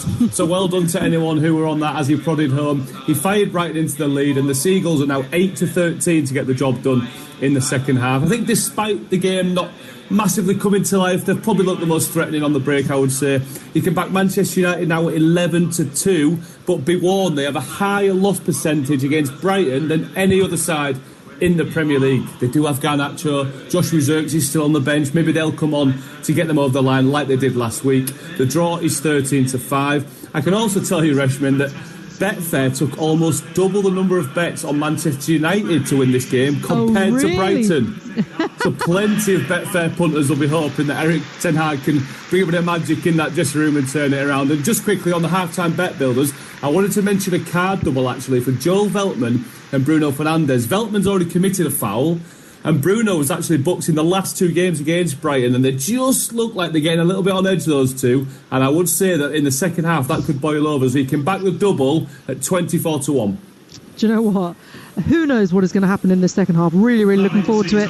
Alex Boys from Betfair, thank you very much. As always, that odds update is all thanks to Betfair. Returns accurate as of 10 minutes ago. For verification, do see betfair.com. Over 18s only, conditions apply. But go to begambleaware.org. Odds update on Talksport with Betfair. Play different this August with a completely free ACCA or Bet Builder each weekend on football. Opt in and previous deposit required. Max free bet varies from £1 to £10 per customer. Minimum odds and terms and conditions apply. 18 plus gambleaware.org. Adrian Durham follows us live here on Talksport with Game Day Live. After this game, he'll be taking you around the grounds in the Premier League and the EFL. As always, you're going to be based at St Mary's for Game Day Live. Adrian Durham, how are you doing? Yeah, I'm okay. You dried out yet? You all right? No, it's actually started to get worse, because where we are at Brighton, if you know exactly where the dugout is and where the shade is, I believe the wind must have changed direction, because now the rain is heading towards us. So much so that I've had to put my MacBook on my lap to stop it from getting wet. It's a really miserable one. But we're okay. We've still got a bit of shade. Sam's got world problems. Yeah, first world problems indeed, Sam. Yeah, hammering down here as well. We're across the coast from you. But yeah. I think this is a fascinating game. Southampton against Forest. Southampton will look at Forest and say to themselves, well, this is a side, if we finish above them, then we've got a really good chance of staying up. So I think it's a real good test for Russell Martin and his side. People said they played well against Newcastle. They dominated the game, but against 10 men, and they still lost it. So they have to turn that domination into results and fast. And is Russell Martin a good man to be able to sort of get those results? Because obviously this is a new territory for him. Obviously Southampton as a football club have been in the top flight for many times and sort of yo-yoed a little bit in recent years, but how good do you think he could be in terms of motivating the side and actually putting out the right team to survive in this league? Well, to quote a former Premier League footballer, Russell Martin has unbelievable self-belief. I mean, he is so driven and full of belief in everything he does. It would absolutely rock your world just to spend 15 minutes with him. So he will stick to that. He will absolutely stick to his beliefs. He gets players on his side as well. The players absolutely love him. And I'm intrigued to see how that goes. In a side that he got winning eventually. He had a 4-game losing streak last season, but then they were winning. They were 25 unbeaten. All the players loved him. When you're losing more games, it's more difficult to keep them on side because maybe there's a lack of belief in what you're doing, but he will stick to those principles. And I think it's one of the most fascinating things about the Premier League season, how Russell Martin and his belief the plan B is to make plan A better, i.e. there is no plan B. Those are his beliefs, and I'm fascinated how that works out. We saw a little bit of it with Vincent Kompany. I think there are other things at work with Vincent Kompany at Burnley last season, but I'm fascinated to see how it goes to Southampton. They play some great football, truly great football. Yeah. It's whether they can score the goals, because Adam Armstrong, who bagged all the goals and assists last season, hasn't done it in the Premier League. It's whether Russell Martin can turn him into a Premier League force.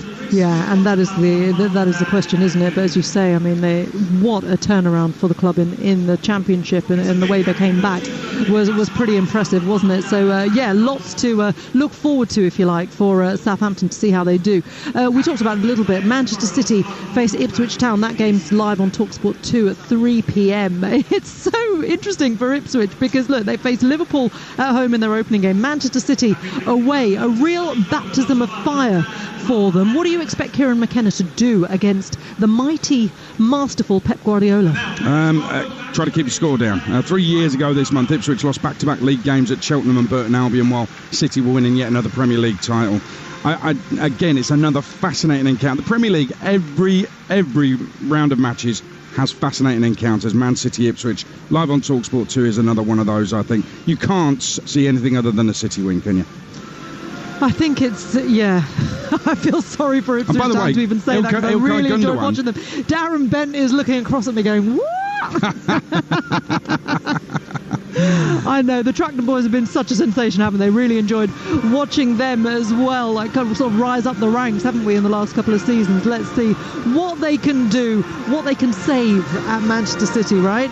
Thank you very much, Adrian, as always. Of course, Tottenham host Everton as well at 3 p.m. But here, we're about to kick off the second half between Brighton and Manchester United. Brighton taking the lead, and there's been a substitution for United, Sam Matterface. We are underway at the start of the second half, and there was quite a delay to half-time, over a minute and a half over the allotted time. Here's Milner, edge of the area, early attack, right-footed shot from the edge of the D, arcing towards the near post, and it goes narrowly over the top, but Brighton signalling their intent right from the very beginning. Manchester United signalling their intent as well, Darren Bent, by switching out Mason Mount for Joshua Zirkzee at half-time. Yeah, harsh. I thought Mason Mount done pretty well that first half. I thought he was one of their better attacking options, and the fact he's gone off, I'm hoping it's injury, because he was ravished by injuries last season, and I thought he did okay that first half, but now they've got a physical presence up there. I expect them to now starting to make Brighton defend, because that first half for Van Hecke and Lewis Dunk was far too easy. Really had no one to mark. They used their physical strengths against nobody, but now Zirkzee up there. He's a big boy. I expect him to back in, drop into little pockets, and really start making them ask questions. Well, these two have royally entertained us over the last couple of years. We've had dramatic post-match goals. Yep, a goal that came after the final whistle. A proper scoring for Erik ten Hag on his Old Trafford debut. A lot of Brighton wins. The Seagulls have won 4 of their last 5 Premier League matches against Manchester United. Now, they did lose the most recent meeting between the two, which was on the final day of the season, where things had sort of come to a head with Roberto De Zerbi here. But Brighton usually do well against them, and they're leading by a goal to nil. Manchester United weren't terrible in the first half, but they just didn't have enough of a goal-scoring presence. One particular highlight was the ball from Dalot, the cross from the left-hand side, which dissected the Brighton defence, which Ahmad couldn't finish it on. And then the Mount opportunity, which was straight at Jason Steele. but they'll need to be a little bit more clinical in front of goal if they want to get the better of this Brighton team, who lead by a goal to nil. Ball is out of play over on the far side, out for a throw, and we've played just over a minute of the second 45 in drizzly conditions, with now the floodlights being turned on just to illuminate the pitch that little bit more. It's so grey and overcast above our head here. Ball thrown in by right back Joel Veltman, who's playing in front of Jason Steele. Van Hecker, Dunk, the captain, and Hinshelwood making up the back four. Gilmore and Milner in midfield. Minte, João Pedro and Matoma behind Danny Welbeck, who's got the only goal of the game in attack for Brighton. For Manchester United, Andre Onana is the goalkeeper. Mazraoui is the right back. Maguire, Martinez and Dallo making up the four. Mainu and Casemiro in midfield. And now it's Ahmad, Fernandez and Rashford behind Xerxes in attack. Mount has been replaced at half-time. At least we're going to see Bruno now back in his more natural position. I don't think he ever looked comfortable that first half, doing that almost false number 9 where him and Mason Mount were kind of rotating. Mason Mount would go up there, and then he'd go up there. I think he feels more comfortable in that number 10 area where he can just drift in, pick up pockets of space, and then now start to dictate play. Certainly when they're building up from the back. So yeah, I think he'll feel more comfortable now in this type of situation. Yeah, Xerxes is another one though, likes to drop in, link the play. Not someone who necessarily is going to run in behind. He's more likely to be the feeder to someone like Rashford or Ahmed to do that. We're playing against a high defence. He described himself, and I mentioned this on Friday night's game, as a 9.5 when he was asked what his best position is. Did you ever know a 9.5 when you were playing? No, I mean, why are you trying to overcomplicate it? Do you know what I mean? You're a 9 or a 10. What's with this 9.5? Honestly, everyone nowadays got a gimmick, haven't they?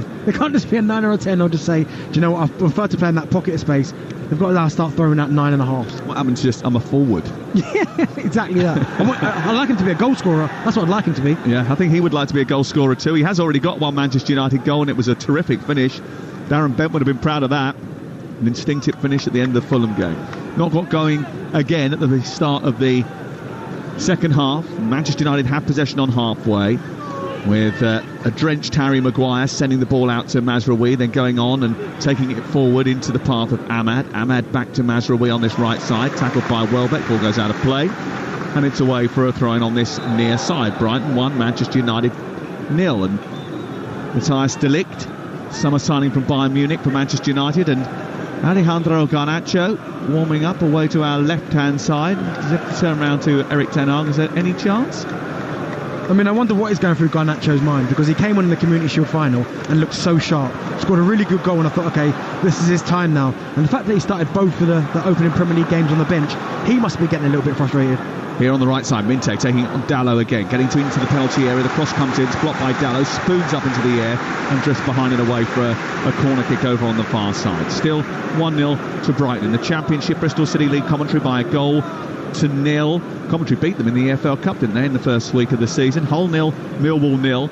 Queen's Park Rangers 1, 10-man Plymouth 1. In League 1, 0-0 between Burton and Stevenage. Stockport still 1-0 up against Bristol Rovers. And it's Crewe 0, Swindon 0. Tranmere 1, Warsaw 0. This is Talksport.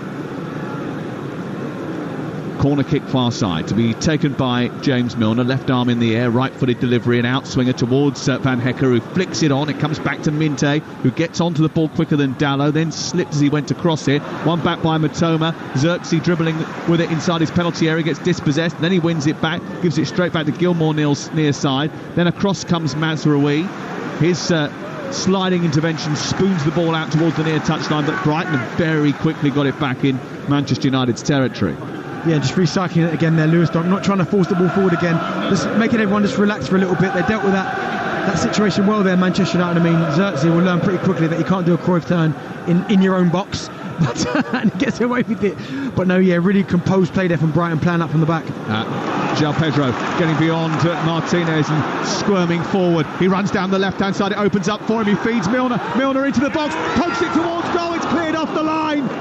Well, there's only one man in Premier League history who has scored 4 times against Manchester United for 4 different clubs, and he's sitting in this commentary box alongside us, but James Milner almost joined him on that exclusive list. Do you know what?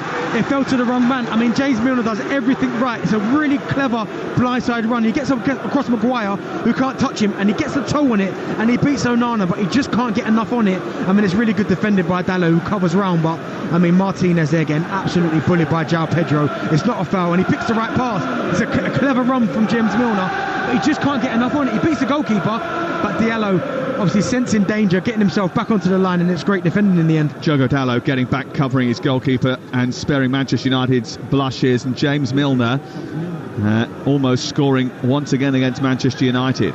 Here is Dunk down the left onto Mitoma. Mitoma, the Japanese international, sends it long into the path of Hinshelwood. Hinshelwood gets it back to Mitoma once again.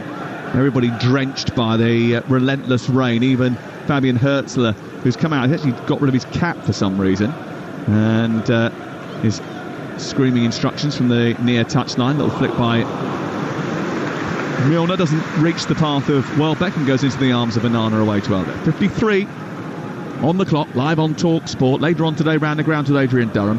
Tomorrow, the Sunday session, he'll be in the hot seat because it comes from Swansea Cardiff, 1:30. All the goals they go in from Bournemouth against Newcastle, and Chelsea, Wolves in the Premier League in the early kickoffs as well. Liverpool in action tomorrow afternoon too.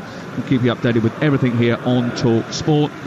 And by the time you go to bed on Bank Holiday Monday, we'll have another edition of Premier League All Access for you. Jim and Simon back on Tuesday after the Bank Holiday between 10 and 1 with their usual variety of entertainment. I thought they're particularly good with Martin Keown on Friday. And it's been fascinating to hear Simon's take on the situation at Chelsea all week. He's been doing his best to play devil's advocate, I think, that's for sure. Ball sent over the top, looking for Rashford. One back by Fernandes and sent down towards the left into Xerxes. Back to Fernandes, couldn't sort his feet out, popped off the defender and goes into the arms of Jason Steele. Do you know, it's unfortunate for Bruno there. I mean, it was great play from Xerxes, a nice little cut ball back to him. But Fernandes' first touch, he tries to take it out his feet, and because it takes a little bobble, it bobbles up at knee length, and he just can't get a clean strike on it. What he's hoping is that it comes down, then he can really volley it, but his first touch just took it up a little bit, and it was opportunity gone. Ball headed away by Mainu into Rashford. Rashford plays it against Veltman, and then it's headed back towards his own goal by Veltman, and Steele came out very quickly to get there ahead of Rashford. And Brighton have got possession once again. 1-0 they lead. 9 minutes gone, second half.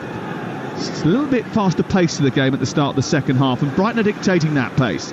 Tempo being set by Dunk, who drives forward, feeds Hinshelwood down the left side, up to the edge of the Manchester United penalty area. With his back to goal, Welbeck sets it for the left back Hinshelwood, who crosses to the far edge of the area. It's won by Minte, who chased his own flick on after a collision with Dalot. Back it comes to Veltman, right edge of the box, it's with Gilmour on the attack inside United territory. Welbeck with a delivery, getting on the end of a delivery from the right hand side from Minte, and heading the ball straight at the goalkeeper Danny Welbeck, and it was gloved by Andre Onana.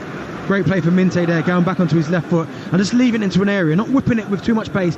And for Danny Welbeck, because he's going away from goal, he tries to generate the power. I mean, it would have had to been an unbelievable header to beat Onana from there, but again, good movement and causing a problem. Fernandes picking the ball up over on the far side, trying to bend it in behind the Brighton defence. They were alert to that, and it's cleared away. And Fabian Herzler, at this moment in time, I think he's struggling to suppress the smile that is about to creep onto his face, because he knows that his team are in charge here now against Manchester United, and what a start it would be. And they love August, Brighton. They always get off to good starts, but can they maintain this? Picked up by Ahmad on this near side. He's got Xerxes, who'd made a run into the inside right channel. In behind is Bruno Fernandes. Surely he's going to be offside as Rashford ends up trying to finish it. I mean, the finish was poor anyway, but I think he knew he was way offside there. Their timing of movement has been so poor this game for Manchester United. They've got so much pace up top in Rashford and now Xerxes and Diallo. They're just running in straight lines though. I mean, the ball set back. If he bends his run 2 yards, Rashford is in on goal, and Bruno Fernandes. The fact they're so eager to get in there behind that Brighton back line. That's why the opportunities are going. But they're the type of scenarios as a coach you work on. You think, right, Brighton play a high line, one little set, bend your runs, we'll leave it in there, and you're running behind. Brighton must have caught Manchester United offside about 6-7 times. Interesting to see how that Manchester United shape up, whether it's just from this goal kick, but Rashford has gone up alongside Xerxes for a moment, and Fernandes has gone out to the left-hand side. Whether or not it stays like that, we'll keep an eye upon it. But we're expecting a positive result from this game. None of the last 14 Premier League meetings between these two have ended in a draw. At the moment, that positive result means the points are staying here, because Mitoma now on the front foot, looking to add to their lead by a goal to nil that Brighton established in the first half.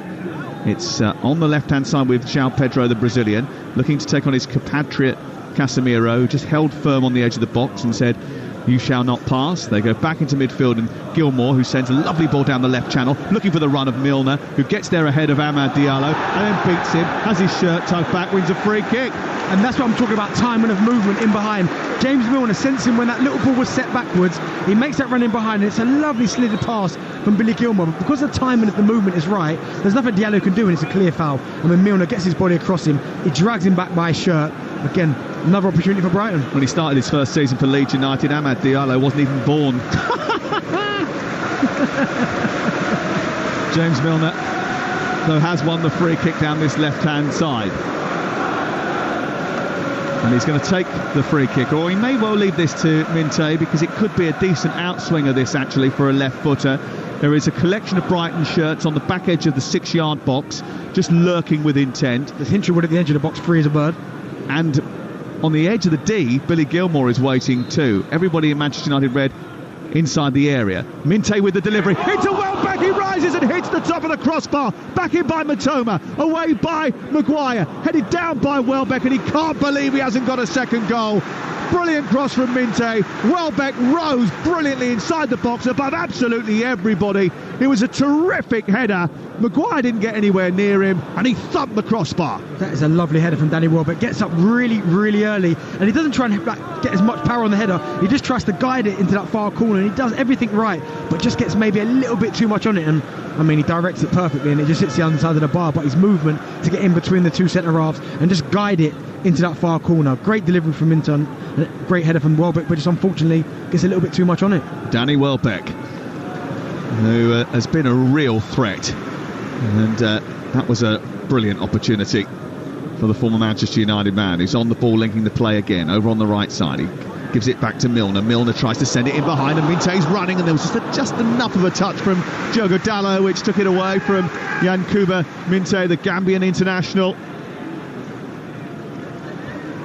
And it runs in the end all the way back through to Onana, and Onana will attempt to clear under pressure, but there's more zip about Brighton in this second half. Ball out wide towards Amad Diallo. He tries to take it infield. Worth pointing out, I think, that actually the way that they organise their offside trap, Brighton, is a real menace, I think, for Manchester United to try and exploit, because they're all very much in sync. Do you know what, they are in sync, and it is, I mean, it's a well... Amad might have beaten that now. He goes down the right side, gets the better of Hinchwood, cuts in left-footed, steers it towards the far corner. Van Hecke slides in, and it goes past the goalkeeper and in. And the equaliser comes about because Amad Diallo just held his run, went at the right time, got into the penalty area, put Jack Hinchwood on the floor, drove his shot goalward, got a little bit fortunate that Van Hecke was sliding in, and he deflected it beyond Jason Still, and it's Brighton 1, Manchester United 1. And that's what I mean by, it's tight, it's really tight. I don't know if he's going to be offside or not, but that is really, really tight. But that's what I'm talking about. If you time your runs better, you'll get more opportunities, because yes, they are really well drilled, this Brighton backline, but if you keep running in straight lines, you'll run offside every single time. On this occasion, I know it's going to be tight, he runs into an area, and it's an unbelievable strike from Diallo, and it's Van Hecke who tries to get his body across, and he takes it into the open goal. But that's what I'm talking about by movement. Don't just run in straight lines, time your runs better, and you'll get more opportunities. Amad Diallo points to the badge of Manchester United, and meanwhile Van Hecke waits for VAR to measure this. Now, it looks incredibly tight. I mean, this is one of those that will be cleared up a lot quicker when we get semi-automated offside, but I think he's onside. They're still checking for a possible offside, but I don't think it is, do you? I'm not sure. I think he's leaning. I think potentially he could be onside. Yeah, he's onside. I think he's onside. And it's going to stay. Yeah, I think so. I think they're communicating that. Yeah, it is. It's going to stay. Well, that was rather unhelpful from the monitor in front of us, because we were having a a very good look at the way they were putting the lines on, and then it took them off. And we were like, hold on a second, we want to watch that bit. Which is a little bit frustrating. 1-1 the score. Amad Diallo getting the equaliser for Manchester United at a good time as well, right on the hour mark on Talk Sport. And it is 1-1 on the South Coast, and all to play for once again. All to play for throughout the course of the afternoon on Talksport as we take you around the grounds with Adrian Durham from 2:30. Let's start our team news roundup with Troy Deeney and Alex Crookhoos at Tottenham Hotspur against Everton. No Solanke nor Bentancur for Spurs. In-come summer signing Wilson Odobert for his debut. Ibasuma and Kulusevski also start. And with a host of defenders unavailable, Everton hand a Premier League debut to 19-year-old academy product Roman Dixon. It's Tottenham against Everton. Manchester United on the attack. The ball's gone out on this near side. Amad Diallo is getting the better of Hinshelwood, but not Billy Gilmore, who covers the ground brilliantly to scurry back into the left full-back zone to cover the charge of Amad Diallo. He'd actually come out on this near side, gone out of the perimeter of the playing surface and ran down the touchline to come back in and get them back on the front foot. João Pedro fighting with Lisandro Martinez. As a foul on this near side, it's going to go Brighton's way, so we'll go off to Selhurst Park. No Joachim Andersen today for Oliver Glasmer's men. So who plays at centre-half, Alfie Reynolds? Well, it's a debut for Shady Riyad at the back. That's one of 3 changes for Palace, with Lerma and Edouard also coming in. Mark Gahey does start, and Jordan Ayew, like Anderson, is absent with a transfer pending, whilst West Ham United are unchanged. 3 o'clock kickoff, Crystal Palace against West Ham. They can't afford to lose Gay as well as Anderson, can they? And obviously they're talking about Eze as well potentially. So yeah, you're right. It did shock me that he went Anderson and Gay, Newcastle pursuing him as well. But I mean, the back end of last season, Palace were fantastic. Of course, Anderson has ended up at Craven Cottage, and so has Sam Ellard.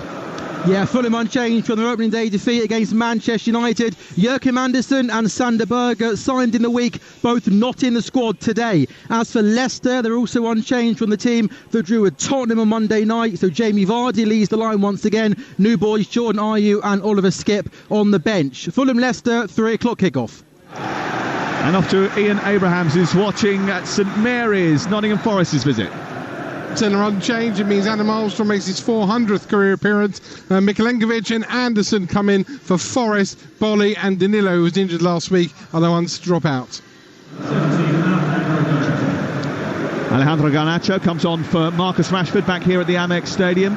As Manchester United make an attacking substitution. We've got live commentary on Talk Sport 2 of Manchester City against Ipswich, and team news comes from your commentator Ian Danta. No changes for Manchester City starting lineup from the win at Chelsea, but Phil Foden is out of the squad altogether, and Gundogan is back at the club and back on the City bench. 3 changes for Ipswich after their defeat to Liverpool. Muric comes in against his old club in goal. Johnson replaces the injured Burns, and Smodics makes his debut in for Chaplin. Live at the Etihad from 2:30 on Talksport 2. It's Manchester City against Ipswich Town. By the way, Ian Danta singing Kiss at the Talksport summer party. Outstanding. Was it, yeah? Outstanding. Yeah, star of the show. As you would imagine, as someone who plays in a Kiss tribute band. But, you know, I think it was worth a mention. He's on Talksport 2 with Perry Groves, the great Perry Groves. From 3 o'clock this afternoon as Manchester City entertain Ipswich. What a tough second game that is for Ipswich Town. Nah, 3 points in the bag, that, trust me. Says former Ipswich star man Darren Bent. Free kick for Manchester United. Interesting substitution. Rashford coming off and Garnacho coming on. Are you surprised it's taken until Manchester United have got level for them to do that? Do you know what I am? But the only thing I'd say is that this second half, I mean, he made about 3 or 4 really good runs, Rashford, where he did make the run and bend it and try and get him behind, but the ball didn't come. But again, coming off there, I mean, his body language wasn't great, and Garnacho, point to prove now. Garnacho has it after linking with Dalot on the Manchester United left as they advance up the pitch. Casemiro with an effort from 20 yards is a little bit over the top, and it goes behind and away for a goal kick. But since that goal, there's been an uplift in Manchester United's performance. Yeah, they have done, but they've also started as well to time their movement better, because they've now suddenly realised that if we do that, there are chances for us to create opportunities, and it's a different type of problem now for Joel Veltman, because Veltman I thought was quite comfortable, certainly for 60 minutes you'd have to say, but now this Garnacho who's free running behind will cause a real problem. He's going to have to really properly defend now and switch on.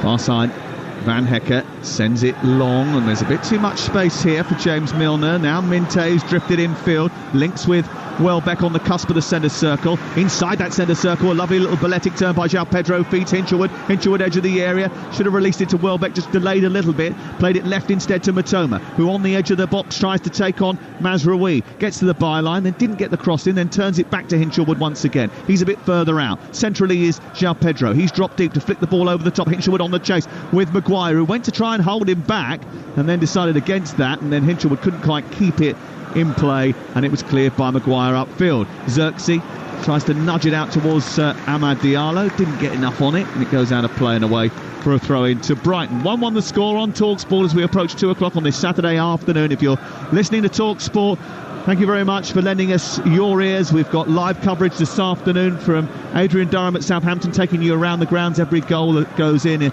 a brilliant goal service. You don't need anything else. Just get the Talksport app, listen to that every Saturday, and you are fully nourished with all the information that you need. We're at the Amex Stadium, where it's Brighton 1, Manchester United 1 with Sky Sports. Don't forget that you can stream more Sky Sports football than ever before, available with no contract on now. Like Aston Villa versus Arsenal live today, search Now Sports. Here is Matoma, the Japanese international who scored last week. He was missed so much at the end of last season because of an injury. Did Kaoru Matoma, but he is back in the team today. Couldn't get the better of Mazraoui there, and the ball cleared by Manchester United out towards their left. 1-1 the score. Xerxes certainly had an impact since he's come on, picking up the loose balls as well, getting on the half turn, trying to feed people in behind, and also his direct running. Dallo plays a reverse ball into Garnacho, into the penalty area, trying to get to the byline, pulls it across the face of goal.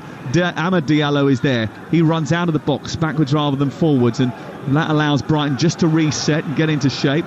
Martinez opens up the pitch with the ball out wide towards Garnacho again. He tries to take on Minte, who's got a bit more to think about as well now, because he's got to help out defensively. Casemiro with a flick back to the edge of the area. It was a poor flick back, but Xerxes prevents Brighton from being able to get away. Simon Adingra is about to come on, I think, for Brighton on this near side. Amad, 2 yards in from the right touchline. The Manchester United support vocal once again away to our right-hand side. They've certainly upped it, Manchester United. There's more zip about their play now. They're now starting to realise that how to hurt this Brighton back line, because for so long it was so comfortable for them, but all of a sudden now Diallo, he's gone up, he's got a real spring in his step. You've got now Dallo's running through the middle of the pitch on his own, and he's chested the ball down. He's got the better of Veltman. Oh no, he hasn't. Veltman has used his experience just to wait for the flight of the ball to come down, then nab it, then turn it away, and now Brighton can counter-attack, and they've got a 3-on-2 with Welbeck trying to feed the ball out to Minte with men to aim at on the edge of the penalty area. He doesn't pull it back, he decides to go for goal, and it was the wrong decision. It's blocked by Maguire and it's cleared away by Manchester United, and it was a huge mistake actually from Minte, because if he had dropped the ball back towards the edge of the area, he had 3 to aim at. Now Manchester United counter. Amad has been sent through by Bruno Fernandes, and then on the overlap Fernandes has gone back into the centre to the back post, and Garnacho is there to tap it home, and Manchester United have turned it around on the south coast. 2-1 they lead. Alejandro Garnacho with a finish.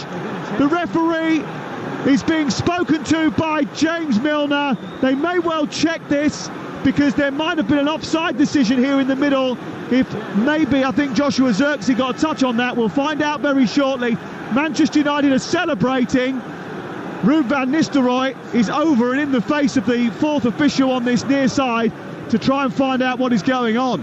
I mean, it's great play for Manchester United. If it is a goal, it's a really good goal. I mean, Bruno Fernandes times his run perfect. I don't quite know what they're moaning about. I mean, is it Xerxes that puts the ball in the net? Yeah, it is, yes. If it comes off Xerxes, he's offside. He's offside, yeah. I mean, Garnacho goes to put it in the empty net, and he gets too much on it, and he ends up hitting Xerxes on the knee. Offside position. Yeah.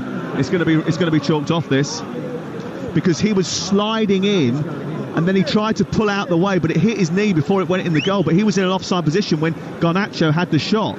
So even though it was an open goal, there was no way. He literally has done nothing wrong. He can't help himself, but because it's hit him in the goal mouth, he's in an offside position. Exactly. I mean, it's great play for Manchester United. Manchester He's in front of the ball as well. It's going to be offside. 100%. I mean, Garnacho's got to put it in the empty net anyway. He's not got to hit Xerxes on the line. Then Manchester United 2-1 up. But it's great play from Bruno Fernandes, sliding that ball across to Garnacho and the counter-attack. So let's just re-explain what's happened here. Amad's picked the ball up from Fernandes, giving it back to Fernandes. Fernandes slipped a brilliant ball right the way through the 6-yard box. Garnacho's coming in the other side. He puts it into an open net, right?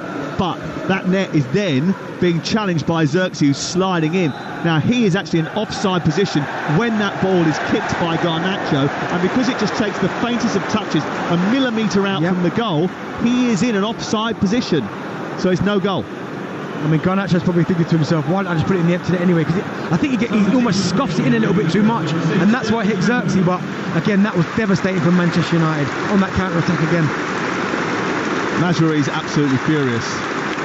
Different change now. It won't be a dinger, it will be Carlos Baleba who comes on for the indefatigable James Milner. And Milner walks over to Baleba and roars in his face. He's had some career, James Milner, hasn't he? I mean, he's been going for so long. His appearances, he looks fit as a fiddle as he did there today, putting a really good performance. Timed his run, had an opportunity there where if he could have got a little bit more on it, then he would have put Brighton 2-0 up at that moment. But he's had a really, really good game. He really has. And he's replaced by the Cameroon international, Carlos Baleba. Played 39 games last season for both Brighton and Lille. Came in sort of after the season had started in France for £23 million last year. And he is on the pitch now as Brighton did get away with one. Bruno Fernandes might get away with one here, or be lucky to get away with one here, because he was late on Jason Steele as Jason Steele played the ball out from the back. He's lucky that Jason Steele got straight back up. I mean, I don't think he touches him, because he gets straight up and gives him a little pat on the head. I think that's what saved Bruno Fernandes a booking. We haven't had a booking yet, have we? Brighton 1, Manchester United 1, 17 to go and all to play for. Bristol City League commentary, Hull 0, Millwall 0, QPR 1, 10-man Plymouth 1 in the Championship. They all got underway at 12:30, as is the way of things now in the EFL on a Saturday. Ball collected by Minte, into midfield, Gilmour, edge of the D is João Pedro. Didn't spot that Ahmad was coming in behind him, and Ahmad very quickly releases the ball upfield, and Garnacho is running at Van Hecke. He's got 3 or 4 though coming back to help him out as Jean-Paul Van Hecke. And Garnacho in the end sends it back to Fernandes. Fernandes to Casemiro. Referee says play on because United have got the ball, even though Fernandes felt he was fouled. And Brighton have got back into shape. 17 to go in League 1. It's Burton 0, Stevenage 0. Stockport now 2-0 up against Bristol Rovers. 0-0 in League 2 between Crewe and Swindon, and Tranmere still lead by a goal to 0. Here is Minte again, driving Brighton forward down the right-hand side. Feeds Welbeck. Across comes Maguire. Gets in ahead of the former England man and tucks the ball out of play and away for a throw over on the far side. We had to wait 2 minutes and 8 seconds for that VAR decision.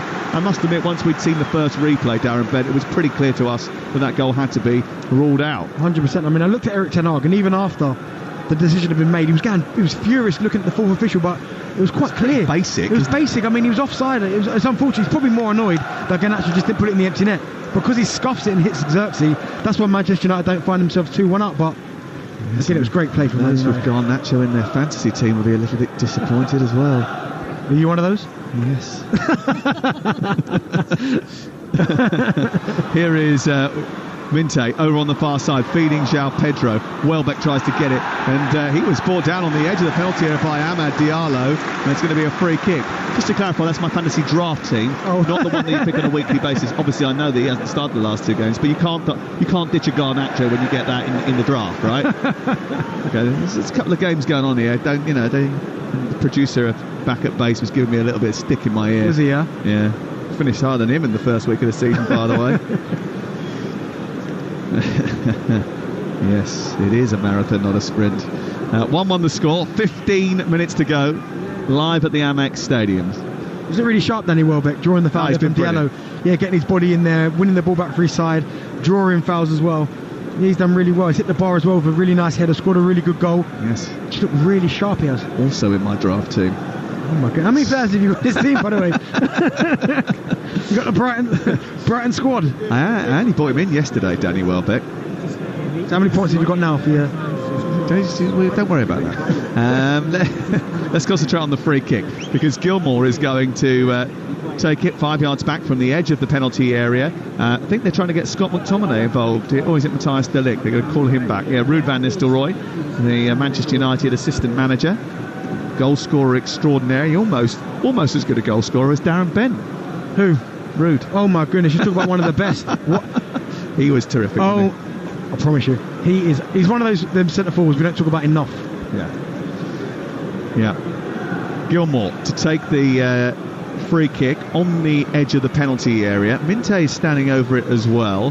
There is a 4-man Manchester United wall, and Garnacho as a draft excluder laying down behind it. They're a little bit concerned here, I think, Manchester United, because this is a great distance. It's literally 4 yards outside the box, and it's a shade right of centre. Gilmour steps up left-footed straight into the wall, didn't make the most of it, sent it wide to Hinshelwood, who recycles the ball to the far post. João Pedro gets up with a header and sends it into the near corner, and it's grabbed by Onana.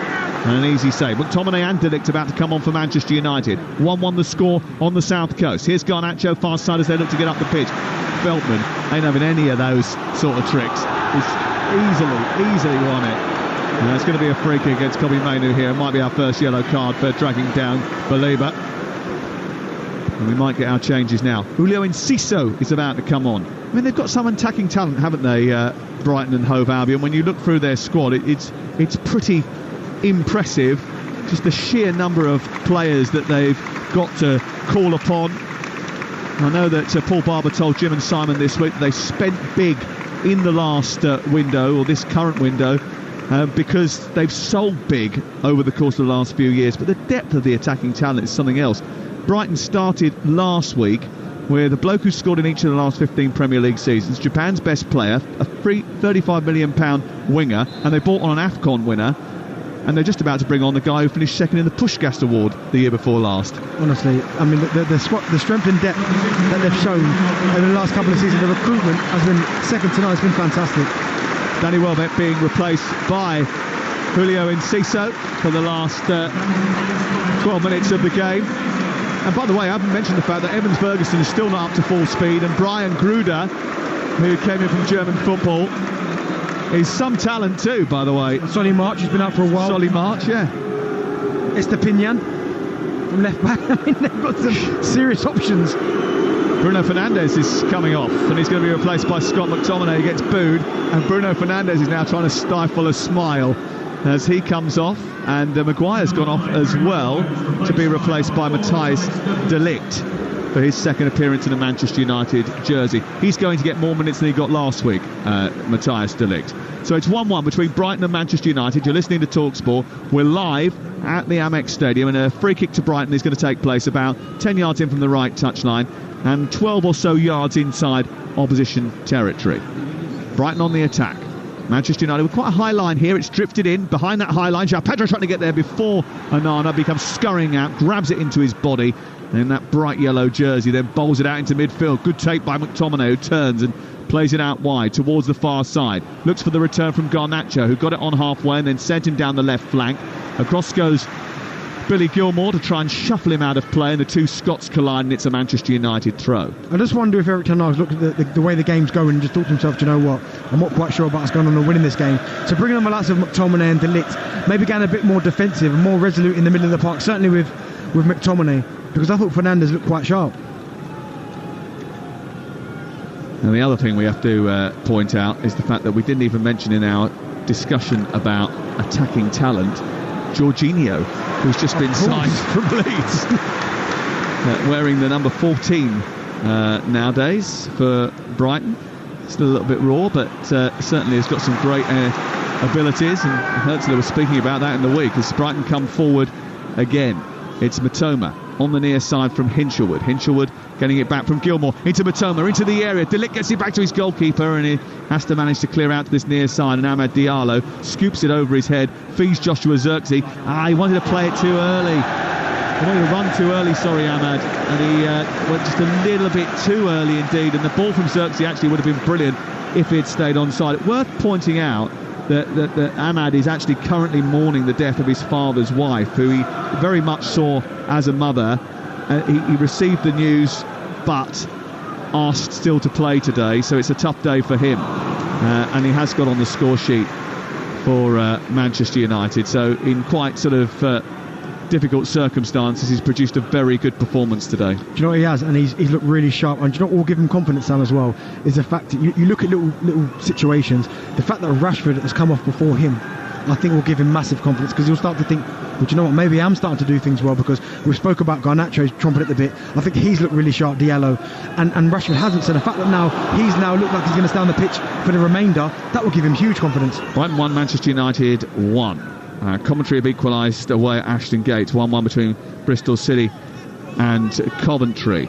The latest odds available, by the way, at Betfair, the official betting partner of Talksport's Premier League coverage. Right now you can get Brighton to go on and win the game at 18-5. Manchester United 4-1. Mistake by Onana and his fullbacks. And then Minte goes into the penalty area. Onana goes sliding in. And he's put behind and away for a corner. And he's dicing with depth there, Onana. Manchester United 4-1 to go on and win the game. The draw 18-5 on. Don't forget, Betfair are paying out winning bets at 90 minutes with 90-minute payout. It applies to match odds 90 market or markets with a 90 icon next to them. That's all thanks to Betfair 18+. BeGambleAware.org. I tell you what. What are you telling me? That Onana slide tackle was incredibly lucky not to end up in a penalty kick.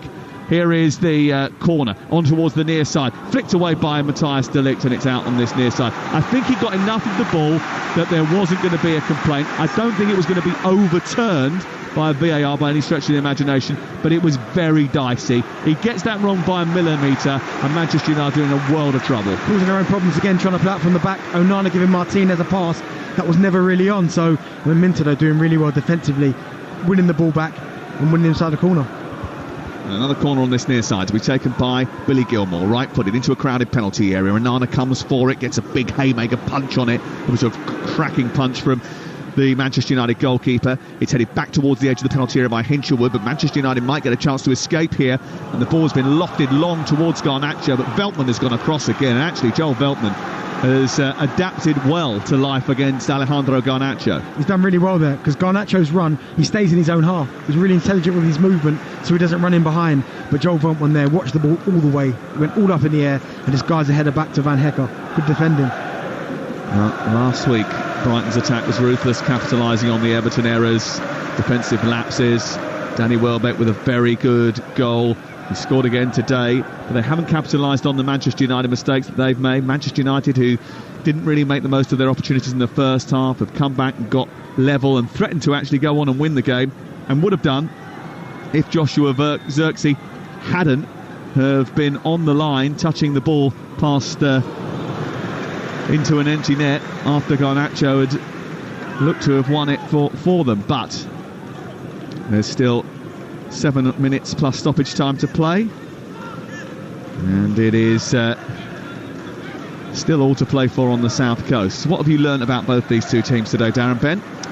Well, certainly Manchester United, that they need a centre forward. I think that lack of physicality up top, or a natural out and out front man, I think cost them that first half, and they didn't look great. And for Brighton as well, there's options. They've got so many players that are all hungry and that want an opportunity in this team, that the manager's now's got options to pick from. Garnacho into the box, tries to drive down the left-hand side, get a cross in, but it's blocked by Veltman. It goes out for a corner. And Manchester United with a chance. And they haven't had too many opportunities from set pieces today, Manchester United, and they've got a new set-piece coach in Andreas Jorgensen, who is now directing operations from the edge of the technical area, although Datlow didn't seem to know what was going on, nor did Mazraoui. They're trying to sort of direct traffic, really, from this near side. It's only their 4th corner kick of the game, and they have dominated possession, Manchester United, in this match. They've only had 2 shots on goal in it, but had 2 goals disallowed. Ball into the box, looking for Zirkzee. Gets a little bit of a ruffling from Van Hecker, and it's half cleared, and then, well, Brighton win it over on the far side, but Enciso can't escape, and Ahmed gets it back to the halfway line. Good defending by Brighton. 1-1, 5 minutes to go. Big decisions for Erik ten Hag to make, I think, not only for the remainder of this game, but also Ahmed running in behind, but the ball floated over the top by Onana is too hefty. And also for his team selection for the next game, because I think there have been a number of players from Manchester United that have done themselves well. I think Zirkzee's looked really sharp for his second game. Ahmed Diallo's done really well. Garnacho's come on and been a real threat. Could have had a goal if it weren't for the offside. So I think he's got some really big decisions. Remember, there's never been a Premier League draw between Manchester United and Brighton. 14 games old, that statistic. Is someone going to win it? Baleba trying to turn, gets to the edge of the penalty area, gets the return from Billy Gilmore, but across comes Martinez and just about manages to clear, but they've won it back, and here inside the area Baleba has got it back to João Pedro, and then Mainu manages to clear, and then Manchester United now look to go on the hunt at the other end, and Garnacho keeps it in far side, runs over the halfway line. McTominay running from deep down into the left channel, but over on the right Ahmad is not going to get hold of that. It goes out of play, and it's away for a throw into Brighton, who I think will be pretty happy with a point. I think maybe both teams will, really, because they know the other's quality. Brighton feel as if there's a lot to come from them this season. They're going to make changes right at the end of the game. Adingra now, I think, is going to come on. They've got a game against Crawley in midweek in the Carabao Cup. Carabao Cup action will focus our attention during the midweek kick-off programmes. And Manchester United welcome Liverpool next Sunday. Here is Garnacho, left side, trying to dance his way past Van Hecke. Van Hecke, brilliant. Watched it all the way and then pinched it. I think he's been brilliant all game, Van Hecke. Defended really, really well. Sensed danger. I know he was a bit unfortunate with the goal that Man United got. But I think in general, his general defensive display, I think has been very good. Brighton come forward. There's a foul by Casemiro, but they're allowed to play on. João Pedro stretches to prod the ball into the path of Minte. Minte gets into the penalty area and then plays a ball down the right side. I'm not entirely sure what he was looking for there, but it wasn't coming. And it's straight into the arms of Onana, and there's 3 minutes to go. And the game's getting stretched, and it's very similar to what happened right at the end of the Fulham game on Friday night. And Manchester United benefit when there's chaos. Yeah, they do, because they've got really winning runners on the pitch now. Garnacho and Amad Diallo, Xerxes, all these guys are just waiting now for an opportunity. The ball gets to sliding behind and then running for goal. So you can see Lewis Dunk there was screaming at his team to get back into shape, because right now, I'm not saying it favours Manchester United, but the way the game's kind of opening up, we fancy United to go on and win it. Well, it's going to open up even more, because Fabian Hertzler is not settling for the draw. He's bringing on Simon Adingra, Yassin Ayari, who had a goal disallowed last week at Goodison Park, and Jorginho. I mean, he fancies it, doesn't he? He fancies it. Van Hecke onto Enciso, trying to put it through the legs of Martinez. Wasn't going to work. And there was a foul there by Van Hecke. And then Casemiro goes across to act as peacemaker, and a yellow card comes out for Jean-Paul Van Hecke. Yeah, Van Hecke there, understanding the situation where he thinks they're going to break and just fouls Martinez, and a little scuffle afterwards. Not a lot in it, though. Not a lot in it. Definitely a booking, but not a lot in it. Gilmore's going to come off for Yassin Asari. Jorginho for Minte and Adingra for Matoma as they freshen up that front battalion as we go into the last few seconds of this game. What do you make of those changes? Okay, I mean, quite clearly, as you said there, he obviously wants to go for the win. I'm looking forward to it. I've loved Adingra. He scored a really good goal again last week towards the end of the game. Obviously, Jorginho coming on. Brilliant for Leeds last year in terms of his assists. Maybe the numbers for goals could be higher. And Ayari, I mean, he quite clearly tells me that he's not settling for a point, and he feels there's an opportunity there for Brighton to go on and win it. Hertzler said that Jorginho benefited from a good pre-season with Leeds. He has got great ability to find the positions in between the lines. He's got a good first touch. He always plays forward. He's a bit raw occasionally. 8 goals and 16 assists for the Leeds last season is pretty good in the Championship. It is. It's really good. And you said the 16 assists. He will understand that he's coming to this team now full of confidence. I don't think he got a goal last time he was in the Premier League. I don't think anything, but one thing he will do is take the ball in difficult circumstances, and he'll make things happen. Let's see what happens in the last few minutes here. Manchester United have taken off Amad Diallo and replaced him with Anthony, who says we are going to see his name attached to goals and assists this season. This is the first time we've seen him on the pitch. I think he needs to.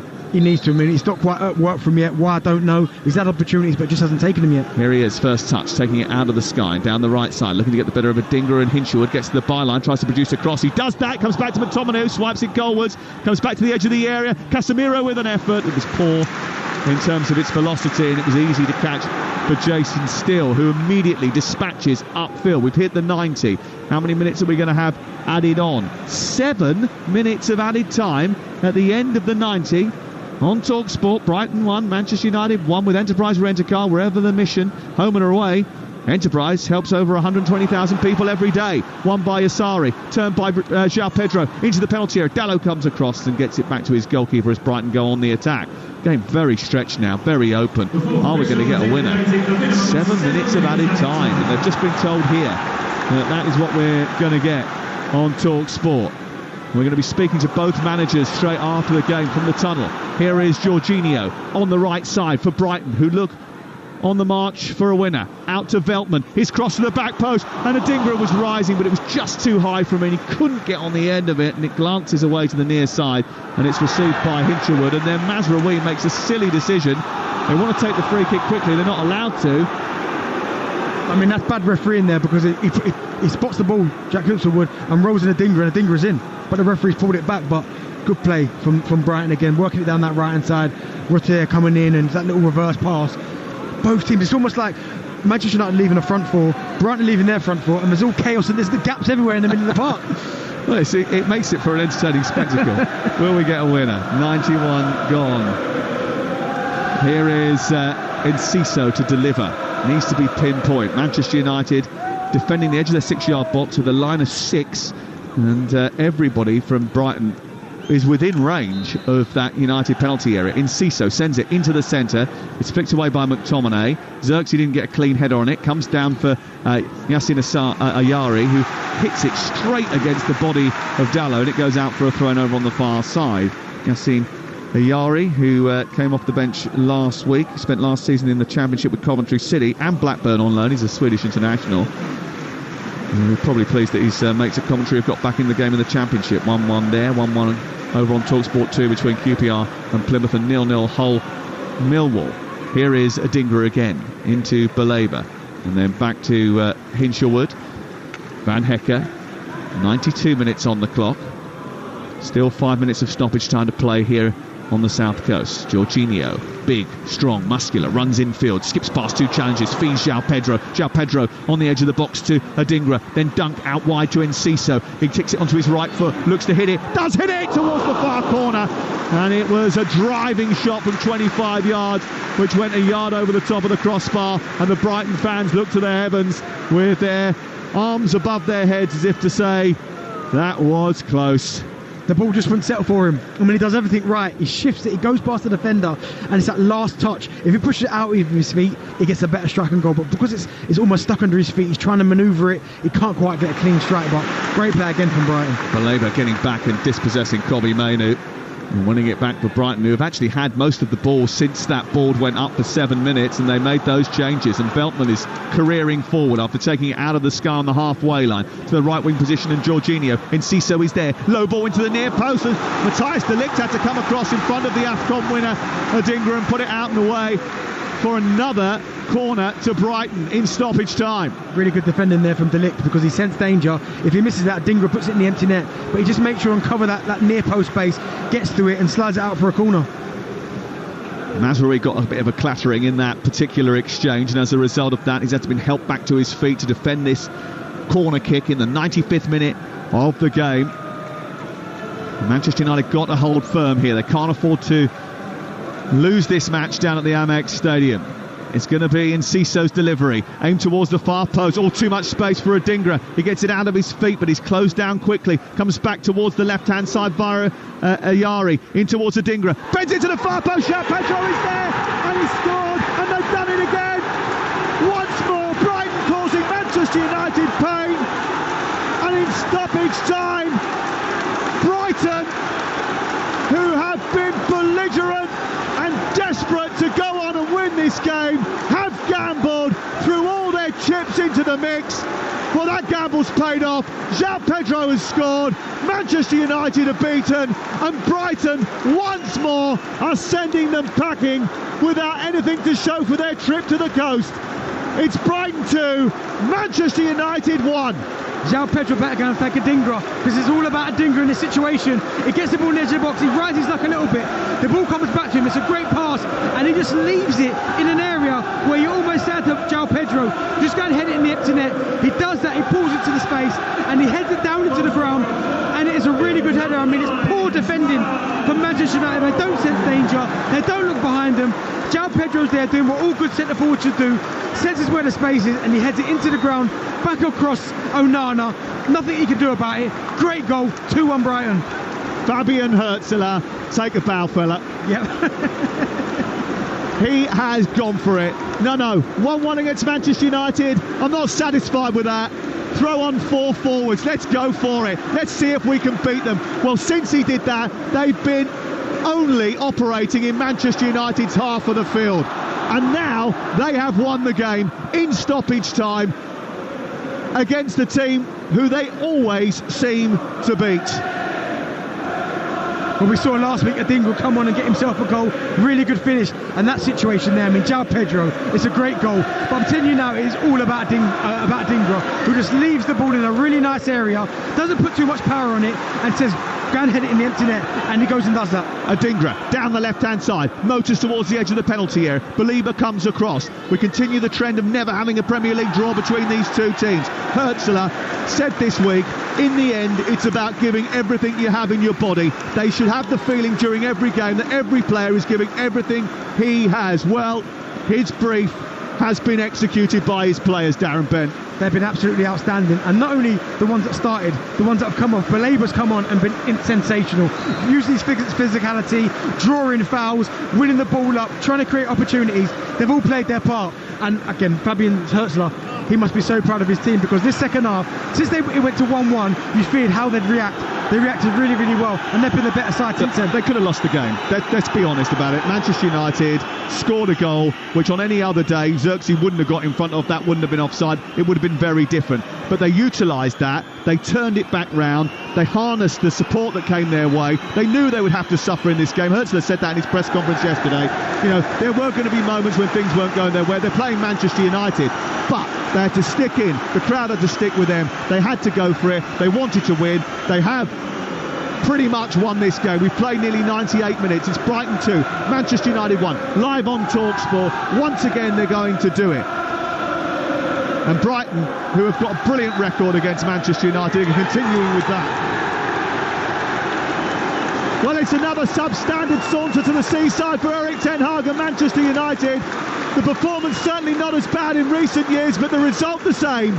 Brighton have now beaten them 5 times in 6 meetings. The Seagulls have got their number. Fabian Hürzeler led St Pauli in the 2nd division to the title in Germany last season. He's used to being top of the league, and it's form that has been taken into this new season that means from that lofty perch the Seagulls are staring down at everyone once again. 2 wins, 2 games. They've managed to score 5 goals and only concede 1. It means they are the early front runners. Manchester United had a goal disallowed in the most cruelest of circumstances, which may well have turned the tide in their favour midway through the second half, but it didn't. And again, maybe Erik ten Hag's luck just wasn't in. Brighton 2, Manchester United 1. Sam Matterface, thank you very much indeed. Well, Erik ten Hag was on the pitch pretty swiftly, shaking hands with players. It felt like a bit of a formality because he headed straight to the referee and the linesman to have a word. I'm sure that will come out in due course, what he had to say to them. Difficult day for Manchester United. As Sam rightly said, it was a better performance today, but the result is still the same. Brighton are the Achilles heel for this Manchester United side. They certainly are for Erik ten Hag. His first ever match as Manchester United manager was a defeat against Graham Potter's Brighton. That was back in 2022. He's lost 4 of his 5 Premier League meetings with Brighton. For a word on Fabian Hürzeler, because, you know, the party atmosphere has got started here at the Emirates. You can see absolutely why. Hürzeler was so relieved. The substitution so inspired as well. Adingra coming on late and making a difference in that second goal. For Hürzeler, he will have grown up seeing a Manchester United that was in their pomp, winning every trophy on the horizon. And now he, in his first game as the Brighton manager at home here, has been able to defeat them. The atmosphere is rocking here at at the Amex, you can absolutely see why, Darren Bent. Absolutely, I mean, fantastic to get that win. But you're right, Resham, when you talk about the substitution, one manager brought on De Ligt and McTominay and almost said, you know what, we won't lose the game. The other one went, no, there's gaps there, I believe we can go on and win this game. And when you bring on Enciso, Adingra and Rota, it's almost like saying, right, here we go, we can go on and win this game. And they did that, and they thoroughly deserved it toward the end. Yes, they had to ride their luck with the offside decision, but when you look at the opportunities they created, certainly towards the end of the game, they were brave, they were intelligent, and they got their rewards. I've got to be honest, there's a few controversial offside decisions during that game. Brighton will probably have some complaints. Certainly Manchester United will feel hard done by, even though if they cannot complain technically about the decision. Darren is absolutely spot on about the managerial decisions. Look at the gamble that Fabian Hürzeler took, and it paid off. Look at what Erik ten Hag did. But seriously, despite the fact they had all those defensive players on the pitch, there's a brilliant image that is doing the rounds. One of the Talksport websites even sent it to me, of the moment where João Pedro scores the goal. All the Manchester United defenders, and there's a lot more Manchester United defenders on the pitch than there were earlier, are drawn towards the ball. That creates so much space at the far post. And when João Pedro gets on the end of it, not only is he well onside, he's got two players behind him that, if he misses it, are there to put it in anyway. Completely unmarked. Terrible defending at the end of a game where they were under pressure and needed to see it out. And that, if Manchester United want to get back into the top four, is another thing they have to improve. But that is something, Sam Matterface, that we've seen season on season with Manchester United. It's that mentality. It's being able to close out games in the dying minute. It's being able to hold on. They just, on so many occasions, just have not been able to do it. No, they haven't. And again, that one there. And clearly Erik ten Hag sensed what was going on, because he sent on two more defensive-minded midfield players and a defender, But it wasn't enough, and as you said there, that image of João Pedro sensing where the not even so much a danger, where he could get an opportunity. Not one Manchester United player turns around and has a look and says, hold on, he's the centre forward, why is no one marking him? It's really, really poor, and that's maybe a lack of character, a lack of leaders in that Manchester United, because a lot's been made of Harry Maguire the last couple of seasons. But one thing about him, at least he will sense danger, and at least he'll understand about standing up and being a leader in that dressing room. That goal that they concede there, so poor, but for Brighton, fantastic for the new manager. It'll be interesting to hear what Erik ten Hag says. We'll be speaking to Sam shortly after the game. What a penny for his thoughts. Well, it'd be disappointing. I mean, we saw him there walking onto the pitch and having a moan up to the referees, but it can't be about that Garnacho goal, because quite clearly he's offside. You can see Xerxes on the line, it comes off his knee and goes in the net. There were one or two moments, the offsides, we go, was it? But I wouldn't say the game today where there was decisions that he should be outraged about. Unfortunately, it comes down to one thing, that his side again today just weren't good enough. I don't think they were great first half. I thought they showed signs second half when they finally got to grips with that Brighton defensive line, with their movement in behind. But on the whole, have they done enough to win this game? Probably not. 2 wins in 2 for Fabian Hürzeler now in the Premier League. I mean, what a start. How excited should Brighton fans be? I know it's early days, but even just what we saw out there, the conviction and his effect on the game, his impact on the game, how excited would you be if you were one of these Brighton fans who are just sort of circling us now and heading out of the stadium? Well, he's probably thinking, as a manager, it's too easy, this Premier League business, isn't it? Winning 2 from 2. Oh, wait till he comes up against Pep. Yeah. He's probably thinking it's a little bit too easy, but I think if you're a Brighton fan, you will understand that the football that you're watching before your eyes is really, really special. There are times where they do take risks, and maybe teams with more potent attacks will punish them, but I think if they play a certain way, the way that we saw them play today, they will win a lot more games than they don't. And you're going to be excited. You have to be excited watching this newly developed Brighton team come to fruition. Our charity bet, by the way, any news on the Casemiro fouls? Please tell me he had over 2 fouls, because we've had over 2.5 goals and a Brighton victory. Please tell me that Casemiro made 2 fouls. Oh, we need to find out, don't we? Right, we'll get our producers onto that one and find out whether he did or not. As you say, Darren, I mean, look, it's been a fantastic day here for the Brighton fans. I'm guessing one of the star players will be from the Brighton side, of course. Let's pick our man of the match then, shall we? With Enterprise Rent-A-Car. Man of the match on Talksport with Enterprise Rent-A-Car. Whatever the mission, home or away, Enterprise helps over 120,000 people every day. Darren Bent, who are you going for your man of the match? You and Yeah, I mean, we just discussed it there. Discussing with Sam. Do you know, there were a number of unbelievable performances. I thought Van Hecker was brilliant. I thought Danny Welbeck was really sharp. I thought Mintal was good. But I'm going to go for João Pedro. I think that little bit of quality in the final third, I think, made all the difference. Although we didn't set up the first one, he was the one who put the initial cross in before it came back to Danny Welbeck for the goal. And then his own goal himself there, where he just peels into a really good area, heads the ball back across Onana into that far corner. I thought he was superb today. I think there's an embarrassment of riches, isn't there, in terms of those forward players and the wide players as well, and how they potentially could combine going forward, with João Pedro having a key role in that. Do you know what though, Resh? I think they're all good characters, right? So I think for the manager, Fabian Hürzeler, although he's got so many players that are going to want to play, I don't see there being any problems with the players that he leaves out. Whereas I look at the other dugout that we saw today with Ten Hag and some of the characters he's got in his dressing room, I've got the feeling that if they don't start to play some of those, he's going to have a real problem. So, again, Brighton are in a fantastic situation, and with the attacking talent they've got and the ones they've got to come back from injury, it's really, really exciting. Very, very exciting indeed. João Pedro as well, very exciting. He got the winner today in injury time for Brighton, and he was our man of the match from today's game with Enterprise Rent-A-Car.